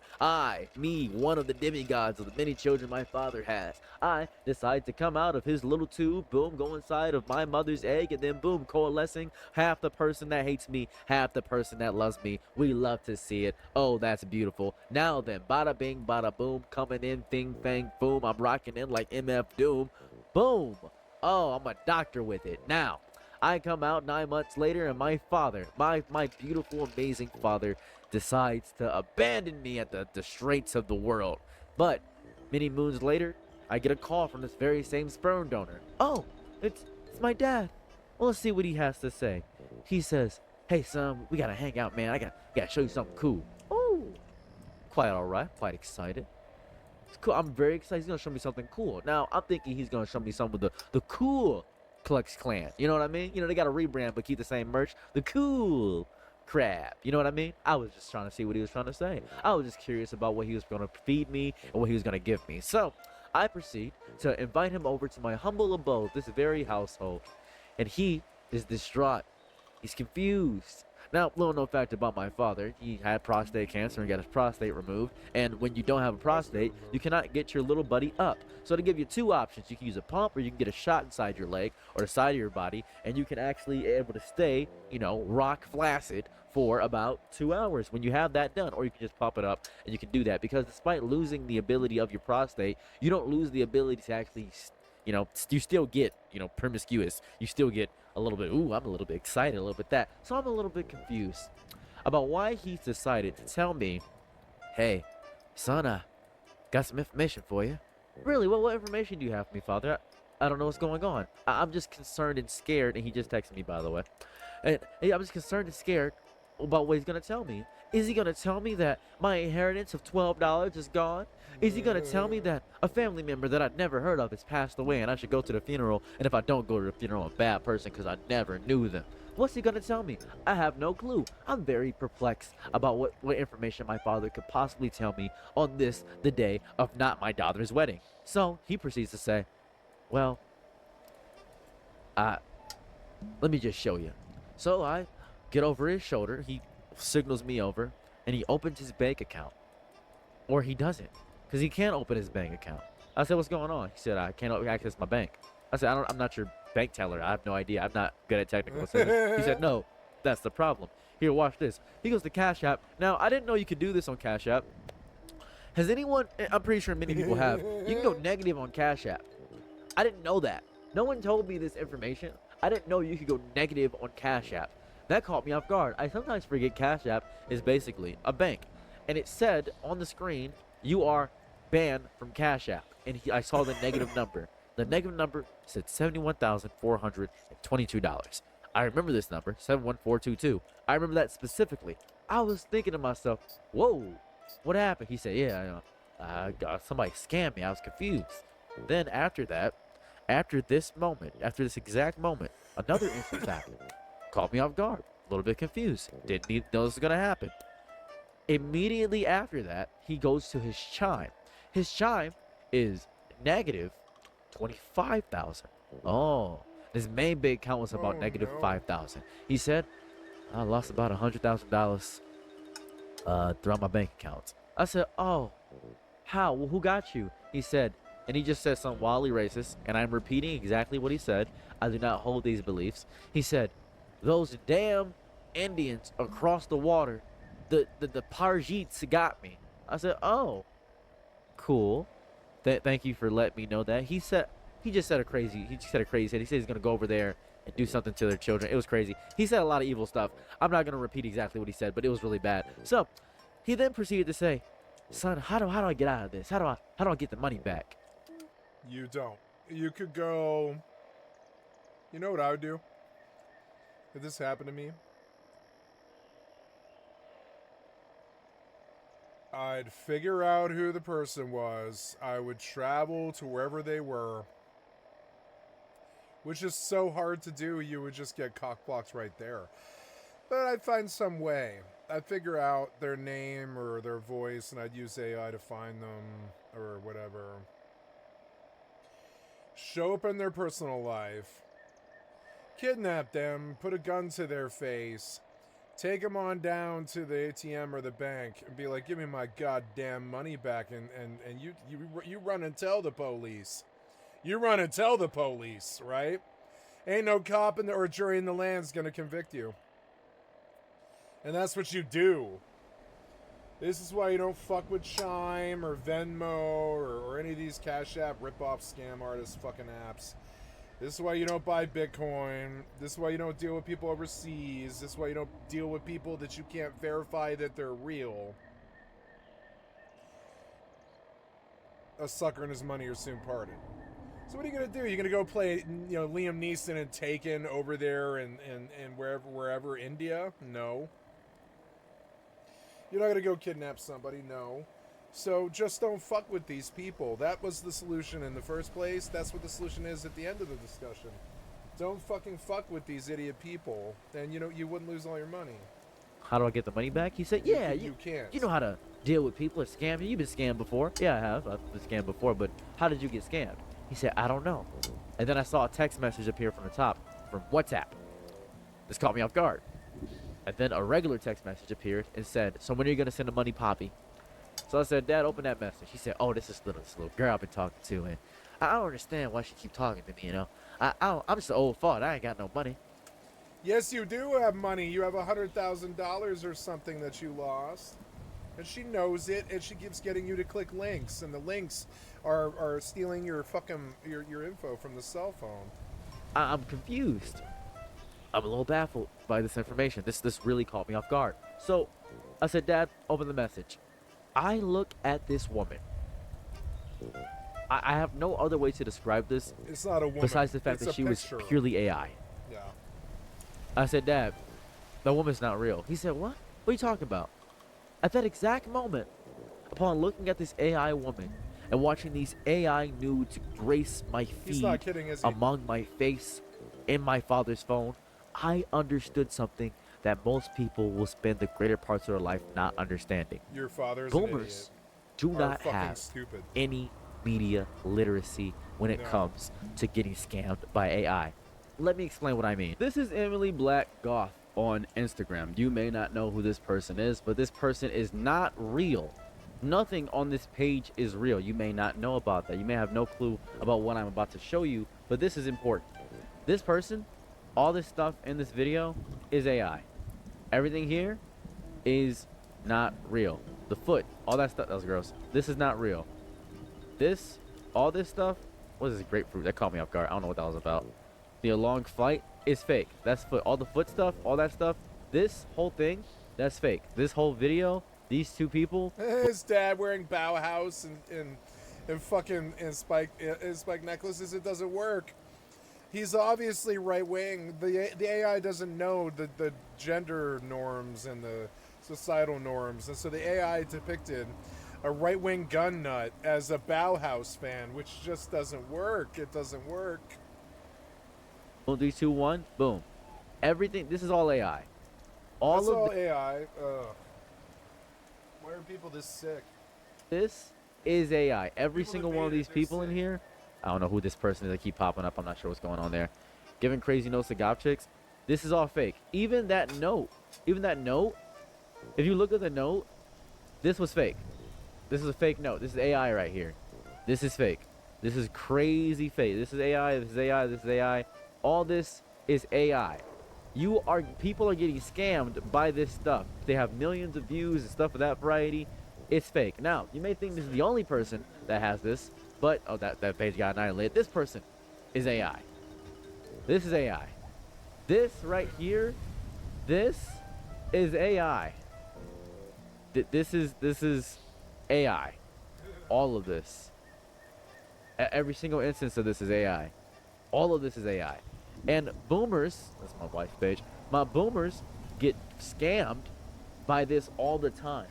There was that black and white girl that was half black and half white, and they got scam people. And the reason being behind this is because when we see something like this, we are able to pick it out because we're on the internet all day. We have spent much of our youth just picking apart each part of the internet, like, going through every little I'm against long distance relationships for this reason.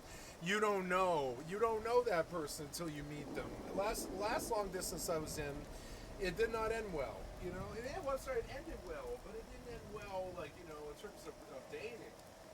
And it was because we didn't know each other, and that is a form of abuse. Entering into a relationship with somebody that you don't know is fairly abusive. They can't be there for you at night because they live thousands of miles away or whatever, or 100 miles away.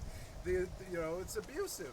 And every little follicle of foreskin, figuring out and deducing what is real and what's fake. We are able to differentiate everything. We're able to tell that blue waffle is fake. We're able to tell that everything in the back of the is fake. We have been on the internet basically our whole lives. These people have not been on the internet. They would start being on the internet when phones start getting internet. We were on that family desktop just going through Newgrounds and all this other stuff back in the day. Even if you're an iPad kid, you're able to differentiate the small imperfections between AI. That's how we're able to do that, because we have a better seeing eye, because we may not be able to do certain things that boomers can do. We can't file our taxes. We can't figure that out, but we're very easy to not get scammed by a lot of stuff. Now, we can obviously still fall for propaganda, but we can't get scammed by a lot of that stuff. So let's talk about back to my father. I told my dad, I said, hey, this is all AI. This is actively every single thing. Of these women, they're fake. He said, no, they're not fake. They just busy. I said, Dad, why do you want to believe in this so hard? He said, well, you just don't know it. How could you possibly know what I'm doing with my personal stuff? You don't know what I'm doing with my personal stuff. I said, huh? No, Dad, let me explain this to you. I have friends that do this to old men. He said, huh? Yeah, they'll go on Tinder. They'll set the age to 50 plus, and then they'll use fake Tinder profiles to get men that are 50 plus to send them money. Dad, you're 50 plus. You're getting scammed. How do you send these women money? He said, I don't send them money. Really? How'd they get your bank account details? Well, I don't know. My dad loves not being honest with me. It's his favorite thing on earth. He loves lying right to my face. It is so beautiful. I love the relationship we have. If he was Pinocchio, his nose would go 7 times around the world because he doesn't know how to be honest with anything he says to me. So I proceed to say, okay, let me go to your PayPal. He said, how do you know I got PayPal? Oh, how do I know he has PayPal? Well, you said you got scammed by Indians. Of course you got PayPal, brother. Obviously you got PayPal. So he says, okay, go to my PayPal and I'll show you what's going on my PayPal. Oh my sweet milky Jesus. Went to this brother's PayPal. What do you think? What do you think was going on his PayPal? Now, this is where things get really bad. Negative $500,000. Negative $500,000. I have never known my father to have that much money. I've never seen that. My father, God bless his soul, wasted, and I mean this with my whole chest, wasted his retirement fund. He wasted my mom's and my dad and my mom's and his retirement funds. Both of them collectively together. He pulled it out early to give money to women who he can't even get hard for. He can't even have coitus with these women. And here goes the crazy part about this whole thing. Here's the fun thing. My father is, how do I describe this? Talking to a woman at the current moment. Right? Like that's the whole thing that's happening. Right? It's I've never been so shocked. I've never been so shocked by all this information. It's actually baffling to me. Every time I hear something from him, it messes me up. Now, I've been holding on to this video for quite some time. I've been holding on to this idea and concept for a minute. Do this stupid but shit. I've decided You didn't do this stupid shit. to make this video because hopefully he will see it. Yeah. Now the world knows, dumbass. Hey, guess what? Everybody knows about it. Stop doing it. Please, I beg of you. You need to get help. You need therapy. You need something. I can't help you. I genuinely can't. I to be honest with you, kind of don't care. Don't be paying these hoes overseas, man. This destroys our What are you, Israel? relationship in any capacity because I really don't care. I really don't. I really don't. You keep doing all these actions and wild, evil things all the time. You keep being just fiscally irresponsible, but very charismatic and fun. And I hate it because my father is such an amazingly talented man when it comes to so many things. He's so charismatic is the only way I can really give him. He's brazen. He's fun. I'd even consider him kind. We're a lot the same. But the only difference between me and my father is that he doesn't learn his lesson. He doesn't know how to grow. He has no clue how to grow. And Here's some for I can't even repeat the lyric. It's so like it's a good lyric, but here's something for somebody who's still gonna be a something if they don't get no bigger. that's the part that really, really messes That's Coolio. me up about learning about my father and hearing him speak about everything that's going on in his life. Because every time I hear an issue with his life, it's his fault. It is his fault. I don't understand how every single issue that happens is his fault. I wish that I could say that there was a series of unfortunate events that happened with his life that caused it to happen, but no, everything that happens is his fault. I'll tell you a little fun aside here. So You can see the bags under his eyes. He's been dealing with this. about 2 years He's not lying. back, his house caught on fire, and he doesn't Oh, have of course, yeah. a place to live anymore. His house was The just boomers completely all caught on burned their fire. houses I have done down. a GoFundMe I don't to help him understand with his house. Because the fun thing about that GoFundMe, he couldn't receive any of the money. Because his bank account. I had set it up to his bank account. Oh, You may be no. confused about how that he didn't get any money if I set up his bank account and went directly to him. So let me explain what happened. This is super cool, super fun. What had happened was he got scammed back in the day. This has been going on for years. If you don't believe I set up the GoFundMe, well, I believe I have a video somewhere on my channel. Let me check. Found the video. This was me trying to get my dad his house back together. And right helping here. him out, but it is much more than I actually thought it was going to be. This is my childhood home, and it makes me sad that I have to see it in this state. It destroys me internally and mentally. I don't like that. It is devastating. I don't want my dad to live like this because he is a very large pivotal part of my life. While he isn't the best father, he is in generally a great friend and a great human, and I love him deeply. He's And I not a don't great want him to be homeless, and he is in there with prostate cancer for some reason, in soot, trying to find a place to live. I have given him money to have a hotel, and I can't house him currently because we live an hour away from each other. If you guys want to help, there's the Cash App right on screen. There's also a GoFundMe in my bio on the link tree. So I was trying to help him out, and he couldn't receive any of that money because he was getting scammed so hard. So I tried to pull the money out, but I couldn't do it with my Chime card. I only could pull it out like 1,000 at a time with Chime, and he was very upset with that. And I was trying to give him the money, and it was very difficult. He couldn't receive the money electronically. And then I gave him the money, right? I physically gave him the money, and he said that he spent it at the casino. I think my dad's beyond help.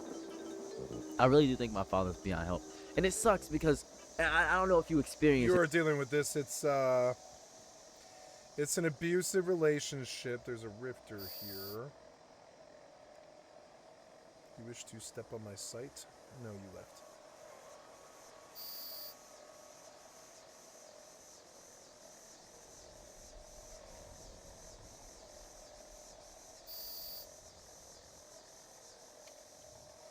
Maybe this is a thing I have to talk about. My foot. Oh, sorry. The thing I had to talk about is the fact of the matter that I have love for my family. I don't like my family. I really don't. I have love for them because we share DNA. And that's not healthy. It has never been healthy because you should be able to choose your family. I feel you don't get to decide the family you're born with, and sometimes you gotta cut people off. But it's hard because I want them to be better for themselves. It's not like they're actively ruining my life right now. In the past, they messed it up a lot, but right now they're pretty chill. It's just they keep making mistakes, and they're so close to greatness, so close to actively figuring out what's wrong with how they operate as human beings, and it sucks. It sucks because I crave wanting more for them. I feel as though if I can learn, they can learn, because we have the same DNA. We have the same genes inside of our bodies. I think that's my issue. I'm such a selfish thing inside of my brain that tells me that, hey, we should be able to see eye to eye. We should be able to figure things out because we have the same thing going on inside of our brains, right? But we don't, because we're wildly different people, right? I just came from you guys. That doesn't mean that we are the same or we are the exact same in any capacity. We just came from each other. Well, I came from you. And I hate being... A child should not have to raise their parents. It should not be how it is. A child should not have to raise their parents. I'm very upset. I'm very upset. Anyways, after we had this conversation, me and my father, he said, well, you just don't understand. I thought you... At least you still have him. You helped me, but turns out you just want to judge me. Everybody's got family like this. Everybody. And he left.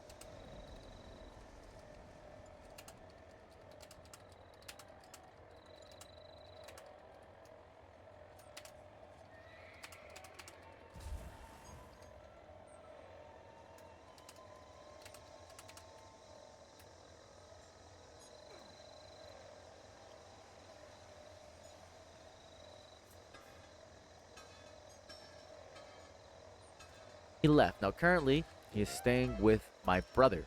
I send money to my brother from time to time to help him out because he is dealing with my father. I'm hoping that one day I can get that. Wait, I talked to a horse and now I'm somewhere... Wait, what?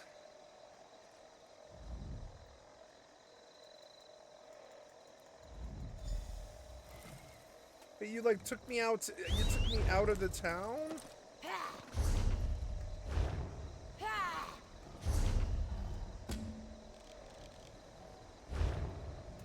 That's odd.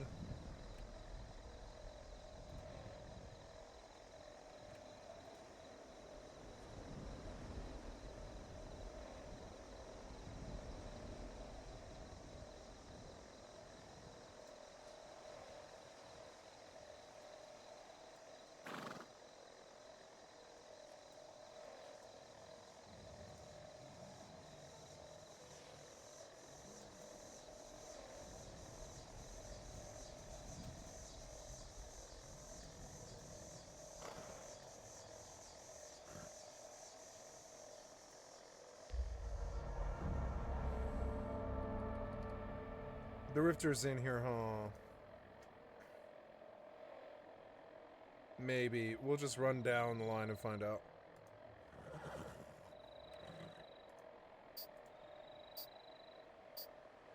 Yeah, I mean, the Rifter is in here, I'm fairly sure. I don't know why it's not giving me a better reading, but yeah. Oh, her thing is open and it's loud. Stop.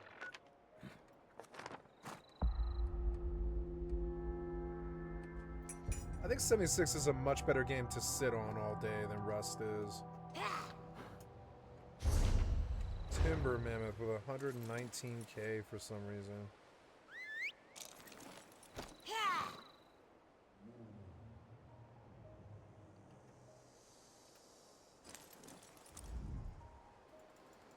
Semen.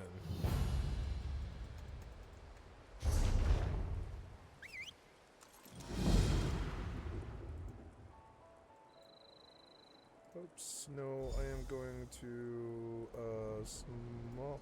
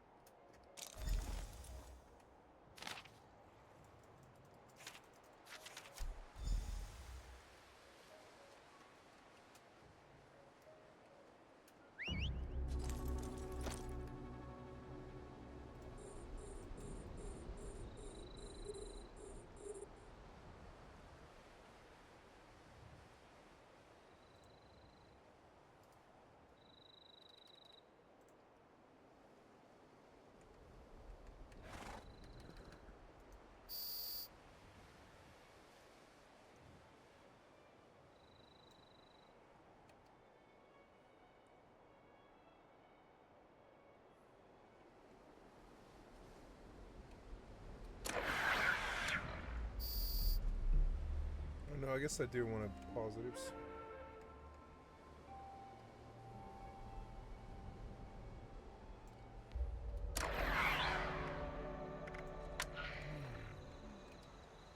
All fixed one day, but right now I'm not in a position to do that because I'm just kind of angry. I'm just really angry about this. Sorry, I'm airing out my family drama on this channel. That's just what I wanted to do. I just felt like it. Don't know when I'm ever gonna release this video, but yeah, it's gonna remain for a little bit. I feel like I just wanted to speak about this for a moment because it's agitating. Anyways, thank you for checking out the video. Don't forget to like, comment, and subscribe. Maybe even share the video. I don't know. But if you guys want to help me out, I have a GoFundMe for my foot. I know it's a GoFundMe merchant here. GoFundMe for my foot because I was attacked recently and my foot is burnt from the top. Maybe this is like retro, like family curse. My dad's house caught on fire. My foot got burnt by oil. A lot of fire. Maybe my family will fall by fire. Maybe I'm the last of my kind. I don't know. No idea. Anyways, thanks so much for checking out my content, my video, and I'm out. Peace. Bye.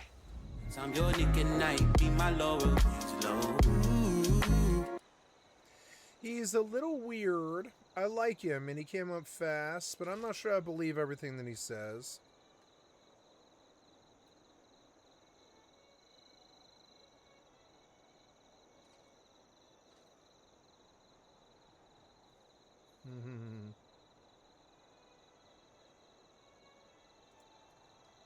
Hello, I have made big, long video on main channel you should watch. Better than Slop, has funny moment, has animation, has Markiplier, also merch, t-shirt with Wojak, and also...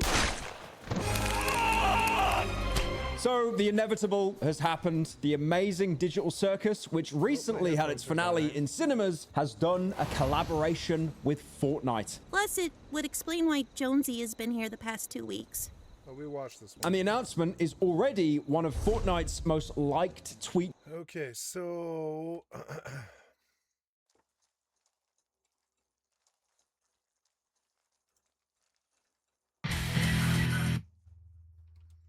Okay, I'm gonna,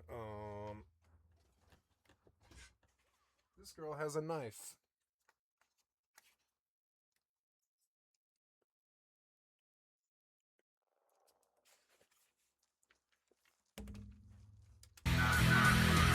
Oops. I think this is loud and I don't want to do it, so...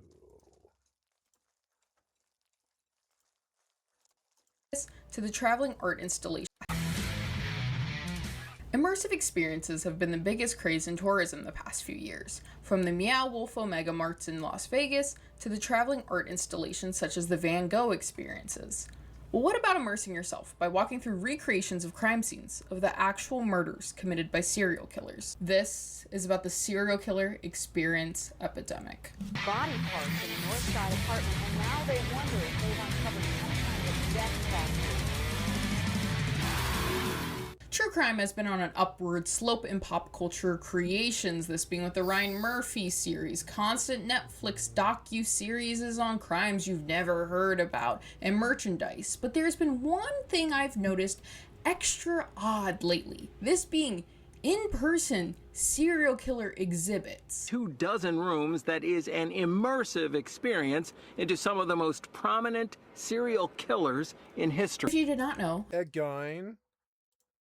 Into some of the most prominent serial Oh my god, that's that guy's house. Killers in history. If you did not know, I live in New York City, which is a... I can't believe you tatted your forehead. I'm sorry. You seem a little bit too dumb for me to watch. Oh no. Hello. I have made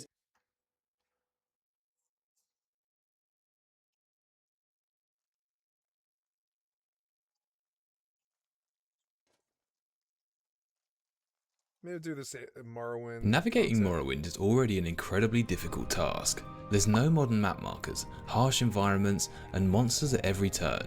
And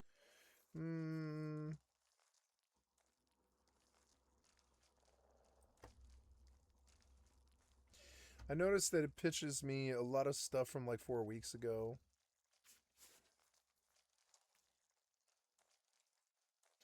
Ah, the Nathan Napalm. Oh, wow.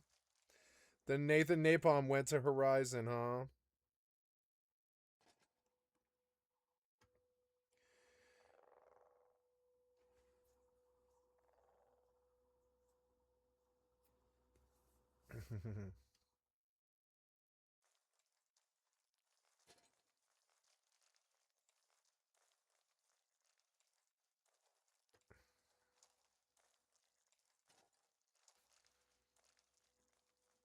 What happened to Enya? I don't know. Let's find out. This voice seems to not belong to this world. No. No.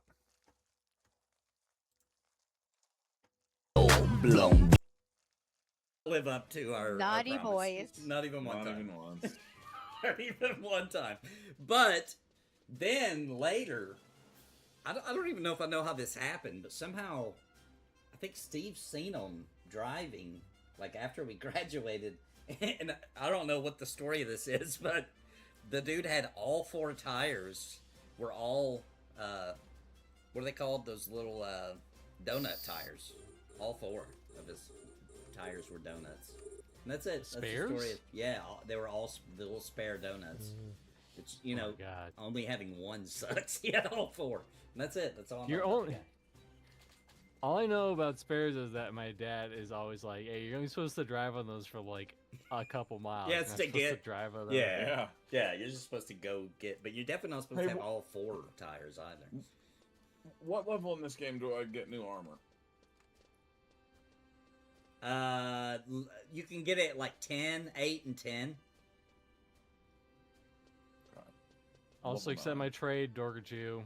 Alright, or do you not want to be in this cool guild? How do you? I'm looking at the armor in the auction house. Is there like It a says I cannot trade with Mr. Chunks at easier this time. way to find what you're looking for? Yeah, Do you can sort it in a different way. Pick one, and then it'll go over to that menu on the right. You can go to sort by level. Oh, gotcha. And then you can do it again and sort by job, and it will only do jobs you have. But you have to scroll all the way down because it starts with the highest level at the top. You just hold the D-pad down. Do you need a little bit of gil? I have some. Let me see if I do. I have barely any.